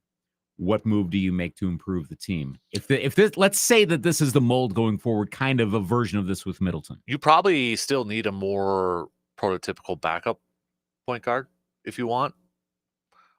Because right now it sure seems like the Bucs are set on their rotation. Their 9-man rotation of Middleton coming off the bench, AJ Green, Andre Jackson Jr. still in the starting lineup, Gary Trent Jr., Prince is in the starting lineup and such. Pat Connaughton is not even playing anymore, so he might be a guy that's on the move or packaged as part of a move. So Yeah, I'm probably still looking for a legitimate backup point guard, if you will. So, just in case, Okay, have a little bit more flexibility within that lineup, that makes sense. especially going up against, you know, this is the first backup point guard that came to my head. But I mean, if you end up playing them again, which is really weird because they don't play them again anymore this regular season, but Peyton Pritchard. Mm, You know what I mean? Like wow. Middleton probably shouldn't be covering Peyton Pritchard because I think Peyton Pritchard would probably just blow by him. But that's where I was thinking like a more typical backup point guard sort of thing. Huh. But isn't it weird? We don't get Bucks Celtics anymore this year. They played 3 times already. They're Gosh, done. that seems odd. And I know you get those schedule quirks all the time, but man, I wish they would have played more. Space it out a little bit. Yeah, because your next matchup could be in like The postseason. yeah, take a best case scenario, I guess, for both teams, and it's late May. Yeah. Mid May. Mm-hmm. Yep. Gosh, that's a long time from now. Yep. Alas. All right. Stock fallers. I say sports media in general is not having the greatest week. Ouch. That personally hurts. Maybe not us though. Maybe we were part of it, but we were more like reflecting what's the zeitgeist, if you will. Okay. Well, for one, it's the mothership. Really? Juan Soto's deal gets announced, and your go-to analysis is Rex Ryan and Shannon Sharp. I did not know this. Okay. I think I saw that through like Awful Announcing or something. I'm like, they went to them to talk about or Juan it was Soto. something like that. They must have been the most available ones. Like, stop it.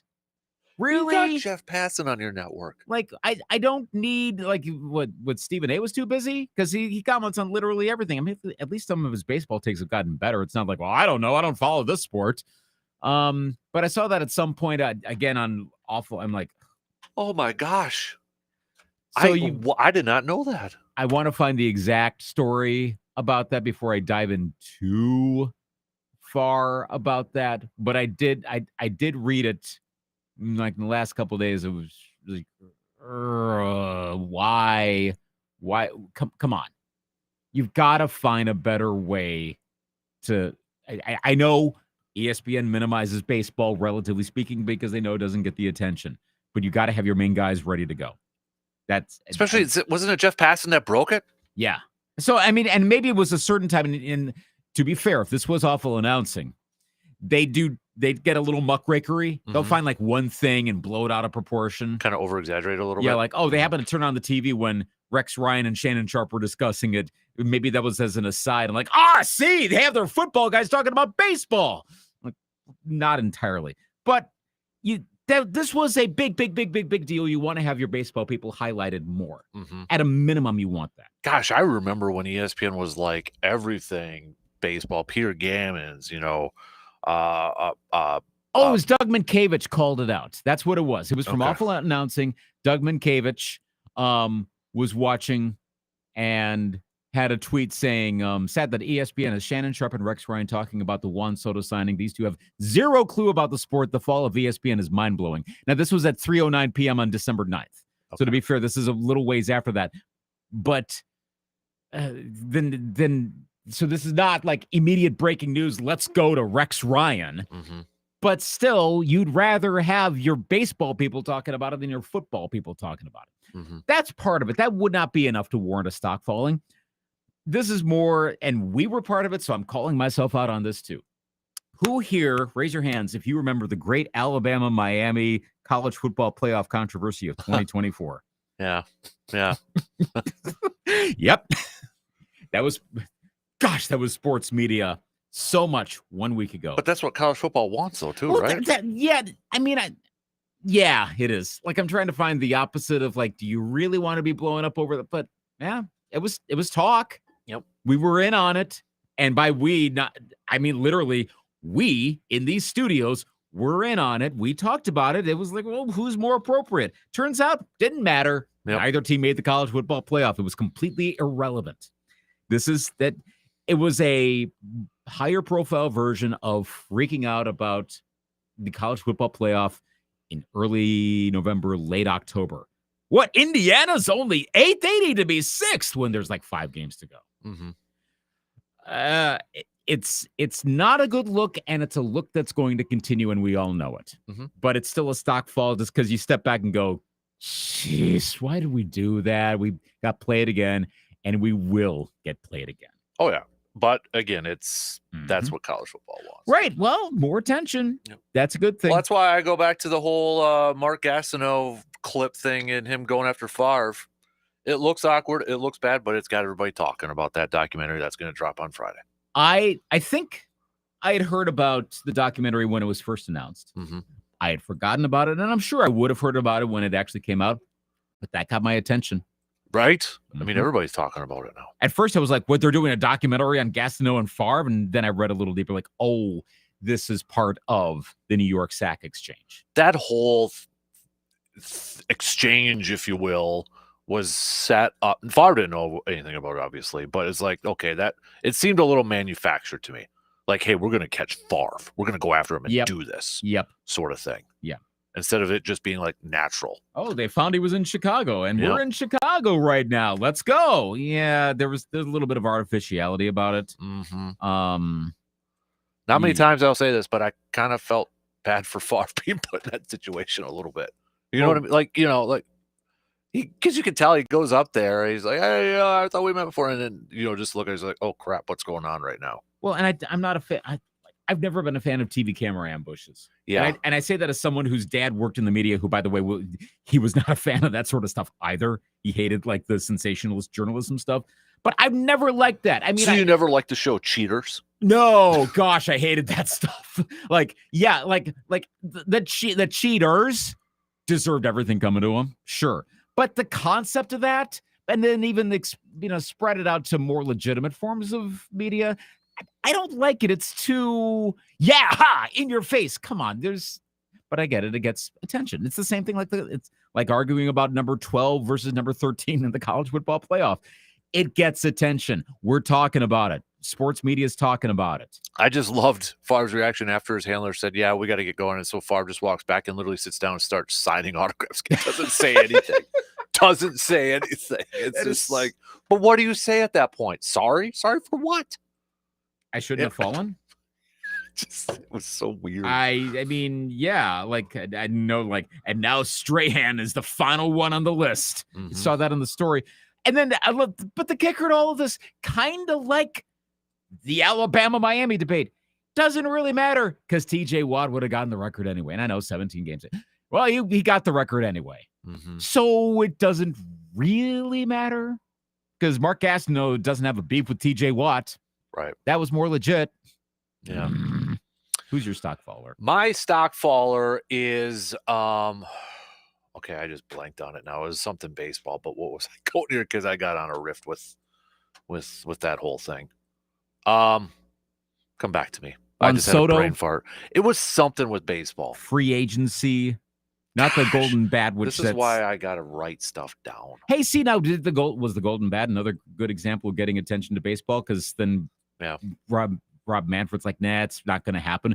But we talked about it. Oh, this is what I was going to do. Something with baseball. So, by the way, the MLB draft order was yesterday and such. But so obviously the Soto thing, we all knew he was going to go to a big market team, right? Yeah, we knew it was going to happen. It still is like, it's frustrating, I think, for a lot of teams. Like, okay, maybe specifically for the Brewers, like, oh, great, Juan Soto's to the Mets now. That's in our division. Never going to be able to compete. And we know that there's not going to be a salary cap or anything like that. That's not going to happen anymore, right? I loved MLB Draft Twitter account yesterday. I don't know if you saw this. The Mets, Yankees, and Dodgers first picks dropped 10 spots because they exceeded the second surcharge threshold of the competitive balance tax by more than $40 million. $40 million. So your penalty is you're going to move down 10 spots in our draft. That has no bearings on those teams whatsoever. That'll show them. Yeah. To spend over $40 million, you're going to move down by 10 picks in a draft that you may never actually, that player may never play for you anyways. Well, it's just like, okay, come on now. Well, yeah, good job, MLB. I don't quite know, is there a certain historic threshold where beyond a certain point, you don't really know what you're going to get. It's scouting, it's takes, everything else involved. Like, I heard this recently on the Worst Seats in the House podcast from Anthony LaPanta, from Bally Sports or FanDuel Sports North, and Michael Russo. That's from, still weird to the say Athletic. FanDuel Sports. Gosh, that's weird. I mean, Bally was weird enough. Now Yeah. this, but that's their like weekly or biweekly wild podcast, and they're talking about the NHL draft recently and some of the recent draft moves, and that really once you get past like the top half of the draft or like picks 12 or 13, I can't remember what was the cutoff. Above that, pretty much guaranteed to get a really good player. Below that, even in the first round, it really starts to get, whoa, okay. Mhm. So that's where I'm wondering, would that make much of a difference in the baseball draft if there's something comparable? Now, you're talking something like, what's the difference between 28, 29, 30 versus 38, 39, 40? Is there that much of a difference there? And I mean, if that's the case, then yeah, it might actually make a difference, but then that threshold would have to live at like pick 35. Mhm. And if you don't have that, then yeah, whatever. Like, I don't think the Mets, Yankees, and Dodgers aren't that screwed. Yeah. Really, they're not. And the thing is too is like I don't think you can even incorporate more penalties at this because it's so far gone into it, right? Mhm. It's like, so if there's some people saying, well, penalize them with more money, but that's got to be approved, and I don't see those teams saying, yeah, okay, we'll penalize ourselves more. It's just so far gone, it's not going to change. It's tough enough to try to get those teams with really good, RSNs to come with the overarching national package, which I still think is going to end up happening. Manfred's going to find a way to do it. Mhm. And I hope he does. That's good. But Yankees and the Yes Network, the Mets and SNY, a lot of those teams are going to fight that hard because they're not going to give up their financial advantage. If those are the rules, you go with that. Yeah. Of course. Yep. They're not going to be benevolent. Right. You don't have to. Now I know some people's we had some listeners on Monday with that reaction. I don't agree with this, but they're like, baseball is going to only end up being with just a few teams left in the league. I don't think it'll get to that point. No, that's not going to happen. I know you could. This is a good time to break out my old joke about, well, if you really want like ratings to be great, then you want to have the Yankees, Red Sox, and one LCS, and the all 28 other teams can compete for the other LCS. So you're always guaranteed to have the Yankees and Red Sox. Basically, we're minimizing this down to just big markets. Mhm. And yeah, the ratings were better this time around. I get that. But you still need to have the smaller markets around. They still get really good local ratings. They're bringing in money made for the league overall for those teams. There's still an upside to having 30, and there's an upside to going to 32 in a few years. Mhm. They're not going to contract down to like 8 teams. No, that would be stupid. And yes, we're talking about the sport that talked about contraction. Realistically, that's stupid. It's never going to happen. Right. No. And they're not going to separate. How do I want to say this? The kind of like the top football, league, yeah, or in English soccer, and have a Premier League of baseball teams. Yeah, exactly. That's not happening either. Well, and again, we say this after a year of the Yankees and the Dodgers. Were we saying this a year ago after the Rangers and Diamondbacks? Yeah, right. That literally happened 13 and a half months ago. Mm-hmm. So let's hold on that it is impossible. No, it actually is possible. Unless you're a team that's very stingy like the Pirates, or you're a team that can't figure yourselves out like the Rockies, which, by the way, they're not that small of a market. That's incompetence. That's not a small market. Yep. Twins should be doing better. They're a mid-sized market. It's just they're stingy with money. So, no. All right. That's your stock reports for this morning. We got to take a quick break here. Keep your thoughts coming, though. Hit us up with a message if you'd like. We'll be back in just a couple more minutes.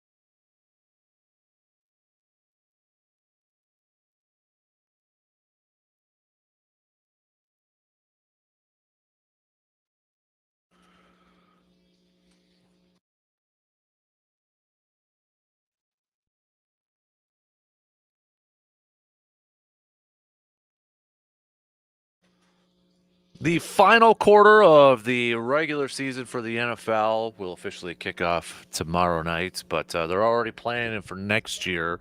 First game in Berlin is going to be next year. First ever regular season game in Berlin. The Olympic Stadium. Yep. So, side note, do you see the MLS New York Red Bulls Stadium is now Sports Illustrated Stadium? How does Sports Illustrated have money for that? Well, remember, they got those new owners that actually are like a little more legit, not like, hey, they don't have the AI writers anymore? Yeah, like they actually or have. Maybe they do, and that's how they're saving money? But it's better now. Okay. But, well, I guess one thing to do is slap your name on there. But I yeah. did not see Sports Illustrated Stadium? That's where New York Red Bulls, who, by the way, just went on a Cinderella run to the MLS Cup. They lost it, but they got there. Now they play in Sports Illustrated Stadium in New Jersey. Maybe that's where all the drones are coming from. I don't know. Getting their AI research done. So drones. I'm almost okay. Okay, I'm just saying this. If you're playing a game in Berlin, yeah, Packers have to be there. Because German heritage. Yes. Duh. Brats. I figured that's where you were going. I just wanted to make sure. It won't probably be Green Bay, but I'm just saying. Yeah, not immediately, no. given how the entire league. Beer and brats. Come on, Oktoberfest. You got to have Green Bay over there. Well, and this maybe speaks more to my ignorance of, and that you'd think me, stadium guy, would know everything. But for some reason, I'm like, oh, wait, they haven't played in Berlin? No, they played in Munich. Yeah. But there is more than one big city in Germany. Hello, Luke. But yeah, like you'd think, well, you go to the biggest city in the UK, you go to London. So you'd think they would have been in Berlin by now. I mean, Munich's a strong number 2, but now they're in Berlin. So for reference, Oktoberfest in Berlin this past year was from September 21st to October 6th. So just saying. Well, it's right around the time that they would have the beginnings of the international games. Mm-hmm. We don't know the date next year, just that it is happening in 2025. Easy tailgate party. Or do you not do it around there because it's so busy? Or do you do it so you get off to a fantastic start so they re-up it? Yeah. I think it's actually it's going to succeed anyways. Well, and I think it's the latter anyway. Yeah. But come on, you got to have the Packers over there when it's beer and brats. Gotta. You have to. Well, just it makes have to. it. Yeah, of course. It still confuses me. When was it, last year or 2 years ago, when they designated foreign international markets to some teams? Yeah. And Green Bay doesn't have one. Minnesota has like 2 or something like that, I think. There's a couple. Some teams have a couple of them. But it's like, why do some have them, some don't? It just it was. I never fully understood that, and then I forgot who all got what. So I'm still confused on, like, who did the Vikings have? Was that Mexico? I thought it was something like that. So yeah, like I think it's more of an internal marketing thing as opposed to we've got this. No, because some of the other teams got this city, this country as well. So yeah, it's more global. The NFL's global market programs: 25 clubs, 19 international markets. You've got Miami's got Argentina and Colombia. Okay, Rams have Japan. Cleveland Browns get Nigeria. The Rams get South Korea. So, and then the Rams currently with the rights in Australia, China, Mexico, and New Zealand, expanding to South Korea and Japan. So the Rams have all those. I don't have Minnesota. This is a different. Minnesota's got one. I know they do. They don't have it listed on here. Seattle currently with rights in Canada, expanding to Austria, Germany, and Switzerland. Jets one makes sense. United Kingdom expanding to Ireland, if you know your history with the owner. Right. With that. So I know of the Vikings. I swear the Vikings had one. But I can't find an old article. Detroit granted rights to Austria, Canada, Germany, and Switzerland. So, okay.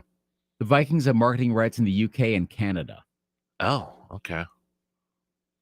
I should say that's the headline. Oh yeah, AI overview, which I'm always a little wary of that. United Kingdom has the Bears, the Jaguars, the Dolphins, the Vikings, the Jets, and the 49ers. Okay.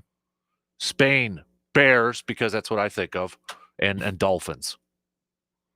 So yeah, some have them, some don't. This is making me think of like the 506 when you look at the maps, the NFL coverage maps, and you try to figure out. So why does like Western Wyoming have the Titans Panthers game? And you're like, oh, because so and so went to college there, or something like that. Like there's some small reason, but it makes more sense than anything else. I love trying to sleuth that out of like, why did this place get that? It's kind of the same thing there. Why does this team have that thing? So the teams that don't currently have one, if this is accurate, Baltimore doesn't have one. Buffalo doesn't have one. I'm trying because I'm going through 2 lists here. Carolina doesn't have. Oh no, Carolina has Germany. Chicago has one. Cleveland has one. Cincinnati doesn't have one. Green Bay doesn't have one. Dallas has one because they're in Mexico. So, yeah. So I mean, okay. I don't. Whatever. It is what it is. So.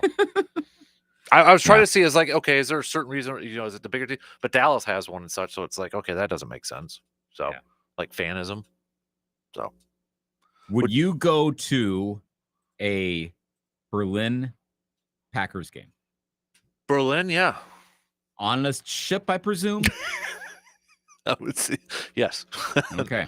So we're gonna have someone fill in for you for like 3 weeks. You unless you like give me a bunch of sleeping pills to sleep on, then I just sleep through the whole plane ride just for my anxiety. Something about a Zan and Drake. Yeah. Your how would lyrics, Madden do with this whole international? I mean, the only ones he could go to is Mexico. The good news for him, right? The good news for him, I guess, and probably for whichever network would have him today, is that these games are not the biggest games.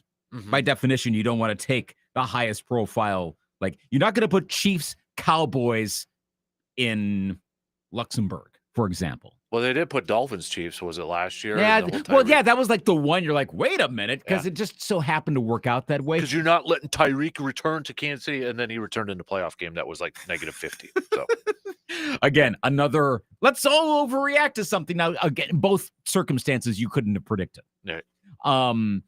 Well in advance. So no, it's kind of a moot point, but you do raise an interesting point. What if you had 2 teams and they were scheduled for Berlin, let's say, and it turned out next year, let's say it's... Or how about this one? Yeah. Because Goodell said it, what if they had an international Super Bowl and it was that network's turn to do it and Madden was the lead one? Do you think, because networks have done this before, if this is like Madden, like prime Madden, you're like, he's not good, like the retirement is not on the radar. Yep. That network would switch with another one. I would think they would have to. Because like I said, I can't remember which year it was. Wasn't it it might be like right about now. I'm losing track. But remember there was like a network switched with another and there was some reason for it. So instead of the usual pattern, like for the longest time it used to be NBC, ABC, NBC, CBS, and then ABC, but it was a rhythm. You always knew which ones are going to have it. And then Fox was in the rhythm. But like there was a network trading. I could actually see that happening if you had either Madden or if you had someone else that was afraid of flying. But like, let's say Greg Olson or Tom Brady suddenly was that way.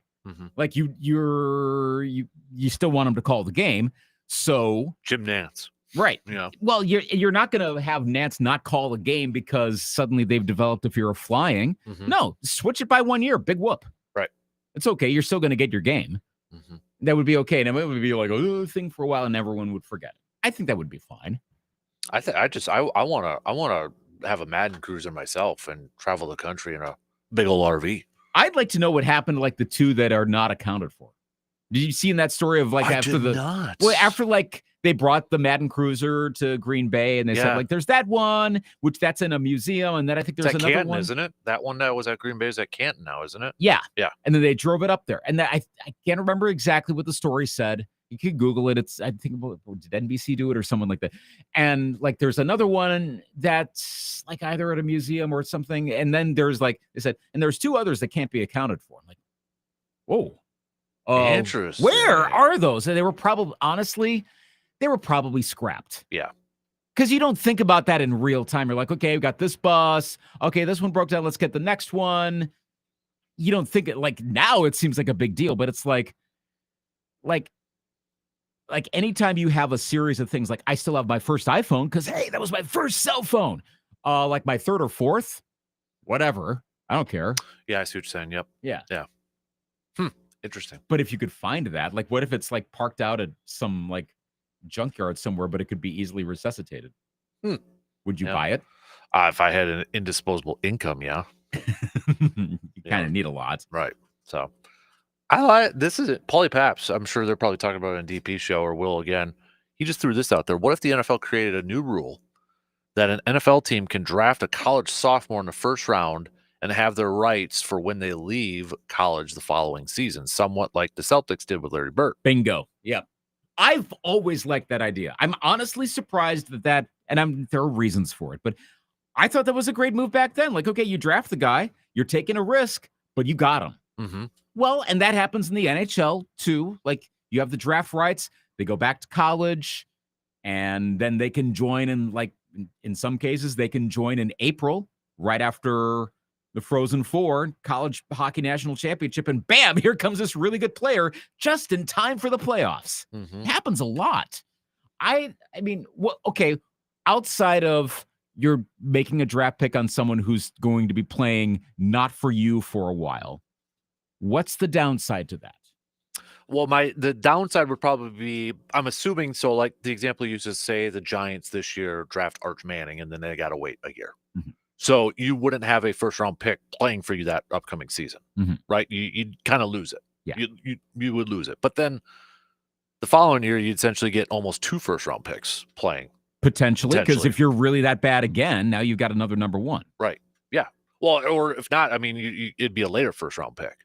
You know what I mean? Potentially. Yeah, maybe you'd have 2 rookies playing essentially that were first round picks right. in the next Which season. means you have 2 first round picks playing and 2 rookies. Right. And the implications of that aren't that so if great. you're hoping, I mean, if you're a brand new head coach, you're obviously not getting a high pick to work with right away. So there's that one downfall, they're not going to play right away. But I mean, if there's somebody like an Arch Manning, would it be worth it to sacrifice that one pick that year and kind of sit him? I kind of think so. Like the only downfall maybe would be too is like, okay, we're back to should rookie quarterbacks start right away? You kind of lose a year though of him sitting on the bench and learning the NFL system. Would you be patient to sit him for a year if they need to? Or would you get antsy to throw him out there? Yeah, because you could end up with a scenario like, let's take a Jordan Love. That's potentially, if they had done that, maybe 4 years. Because a lot of it's going to depend on, too, like fans are going to get antsy. Like, oh, okay, we drafted, let's just use the Giants example. We drafted Arch Manning. Okay, we're not going to get him this year. But then he's on your team the following year. Let's say they decide not to play him that first year. Fans are going to be like, come on, we want to see Manning. They're going to get antsy in that sort of thing. And again, this goes back to the question of how much should management, both ownership management and personnel management, care about that? If you know you're making the right move, you go ahead and do that. Right. Well, that's what Ted Thompson did. He knew he was making the right move, and it worked out. You gotta do the blinders on that. But I don't know that that's always going to work.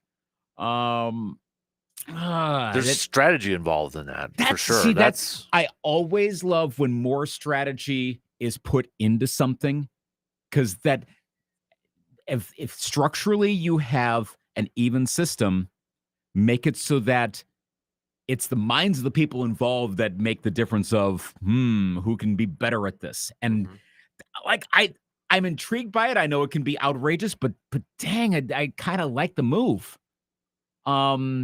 Is Paul? I can find the tweet myself because I follow Paul Paps as well. But I'm curious if it's getting much pushback, or people like, "Whoa, that sucks." And again, they're talking about it on the show, and we're not hearing that. But are people saying like, "Wow"?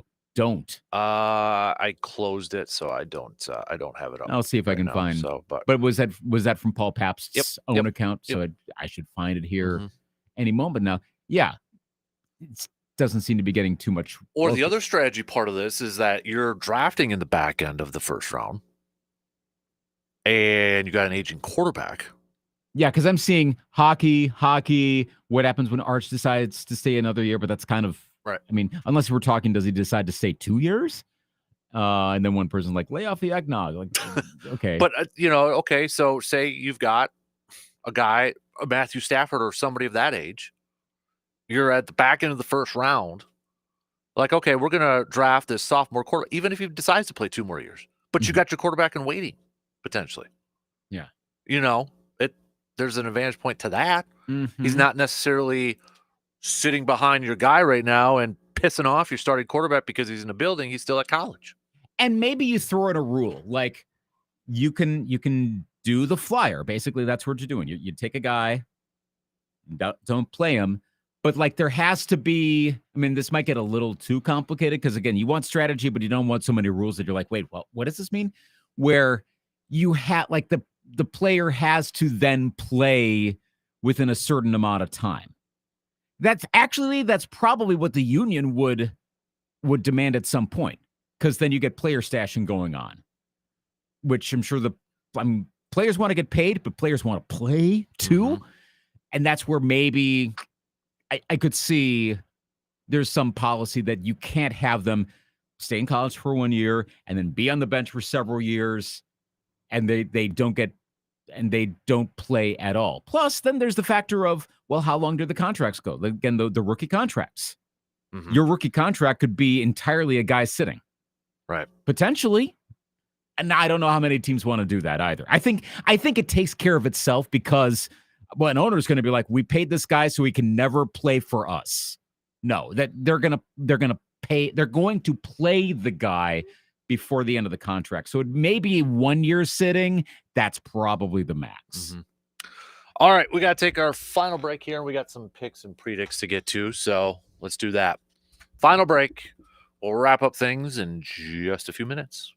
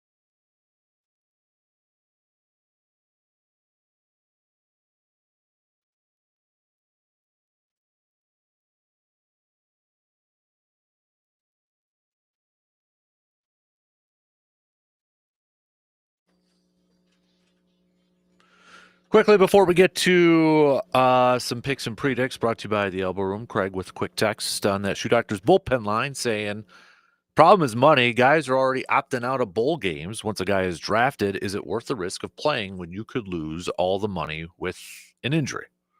That'd be one thing I'd be curious about. Like, so you draft, do they sign a contract then, or they get, you know what I mean? Like, I think you'd have to have you'd have to have some sort of guarantee, right? Exactly. Mm-hmm. That would also be collectively bargained in. Like, yeah, you draft them, they get their money. Doesn't matter. Sorry, team, I mean, that's the risk factor. I mean, it's a risk for the team, a double risk factor for the team, and why I don't know that many teams would do that. Then the other question I would throw in there really quick, okay, if a player in their sophomore year gets drafted, what's the incentive for them playing one more year for their college team and not just sitting out in training? That's probably not. Then you'd have to, and then you have to throw in another rule. Like, do you guarantee that this player actually plays and doesn't just practice for a year? Because there's no rule that says you have to play 3 years of college. You just have to be out of high school football for 3 years. That's why, I mean, you've seen players sit out a year and then enter the draft. Yeah. This is more complicated than immediately thought. Mm-hmm. It's fun to think about. I know. And I like it. Don't know that it's ever going to happen. Maybe in the NBA, you have it come back again. But you could have the same thing there where players like, all right, cool, I'm just going to practice for a year. Or they're going to go overseas and play for a year or something like that. Exactly. So what are the rules on that? I suppose having them go overseas is not the worst thing in the world, but then what if that overseas team, well, then come contracts. Does the overseas team be like, hey, I'm going to offer you $100 million. Well, you're saying $100 million. We're going to pay you $100 million a year. Or they tear their ACL in the final game of that season, then they can't play the following year for the team that drafted them. Right. So, all right, picks and predicts brought to you by the Elbow Room. Wednesday night's trivia night for the Elbow Room. So if you're looking for something to do while watching maybe some of these games, you can head on over to the Elbow Room. We've got Atlanta at New York. Winner will take on the Bucks in the semifinals of the NBA Cup. So who will be playing the Bucks? Kind of want to see Trey Lance win and then have a rematch from 2021 of the conference semis. Mm-hmm. But I think New York wins this. Plus, the league wants the Knicks to win it. Mm-hmm. I know I'm getting a little conspiratorial, but worked out well for the Lakers last year. Lakers 1 year, Knicks the next year? Yeah. Huh. I'm just saying, Darvin Ham is still undefeated in the NBA Cup. So true. Yep. I'm going to go Knicks too. Golden State at Houston. There's another one. Hey, Steph Curry gets the NBA Cup. Yeah. Wow. I will take the Rockets. I'm going to go Warriors for this one. I'll go Golden State tonight. So let's do, is there any good college hoop games that we want to pick tonight? How about Milwaukee at Green Bay? Little drama surrounding UW Green Bay. Did you see what happened the other day? Yeah. Doug Gottlieb benched his leading scorer, who happens to be the leading scorer in the nation. Didn't play against, was it Cleveland State because he missed the prior shoot around? So kid didn't play, which has been like some people like good, old school, or some saying dumb. Or maybe he should stop hosting a show at the same time and this wouldn't happen. I'm going to take UWM. I'm going to go Milwaukee tonight there too. So otherwise, it's been kind of quiet surrounding UW Green Bay this year. Yeah, not too much. And well, they're also not winning too much either. No. So other than that, I mean, do we want to pick the Colgate at Kentucky game? Yeah. Kentucky's 32.5-point favorites. Well, if that was the upset tonight, oh my gosh. I mean, maybe you bet the take Colgate in the points or something like that, but no. That's definitely the only thing I would say is like I don't think Kentucky covers. When you get to that 30 mark, I get a little nervous. Yeah, I get a little nervous that teams are actually going to cover. Getting into bad beats territory. Mm-hmm. Yeah. It's happened before, but I still get a little nervous. Hey, were you up late watching the shootout with your potential Utah Hockey Club and my Minnesota Wild?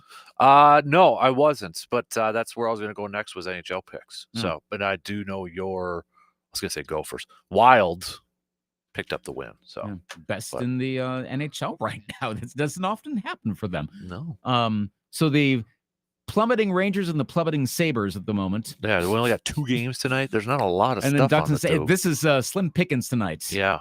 I'm going to go Rangers and Ducks. Same. Sure. Ooh, okay. Thought you were going to go with the Senators. Nah. It's like you don't even care. I mean, yeah, I mean, Anaheim's they're not the favorite. They're plus 200. Ottawa. Yeah. Ottawa's actually the favorite, but I'll take the Ducks. Yeah. Why not? Lightish schedule tonight. It is. But do you think the Packers are going winter warning in Seattle?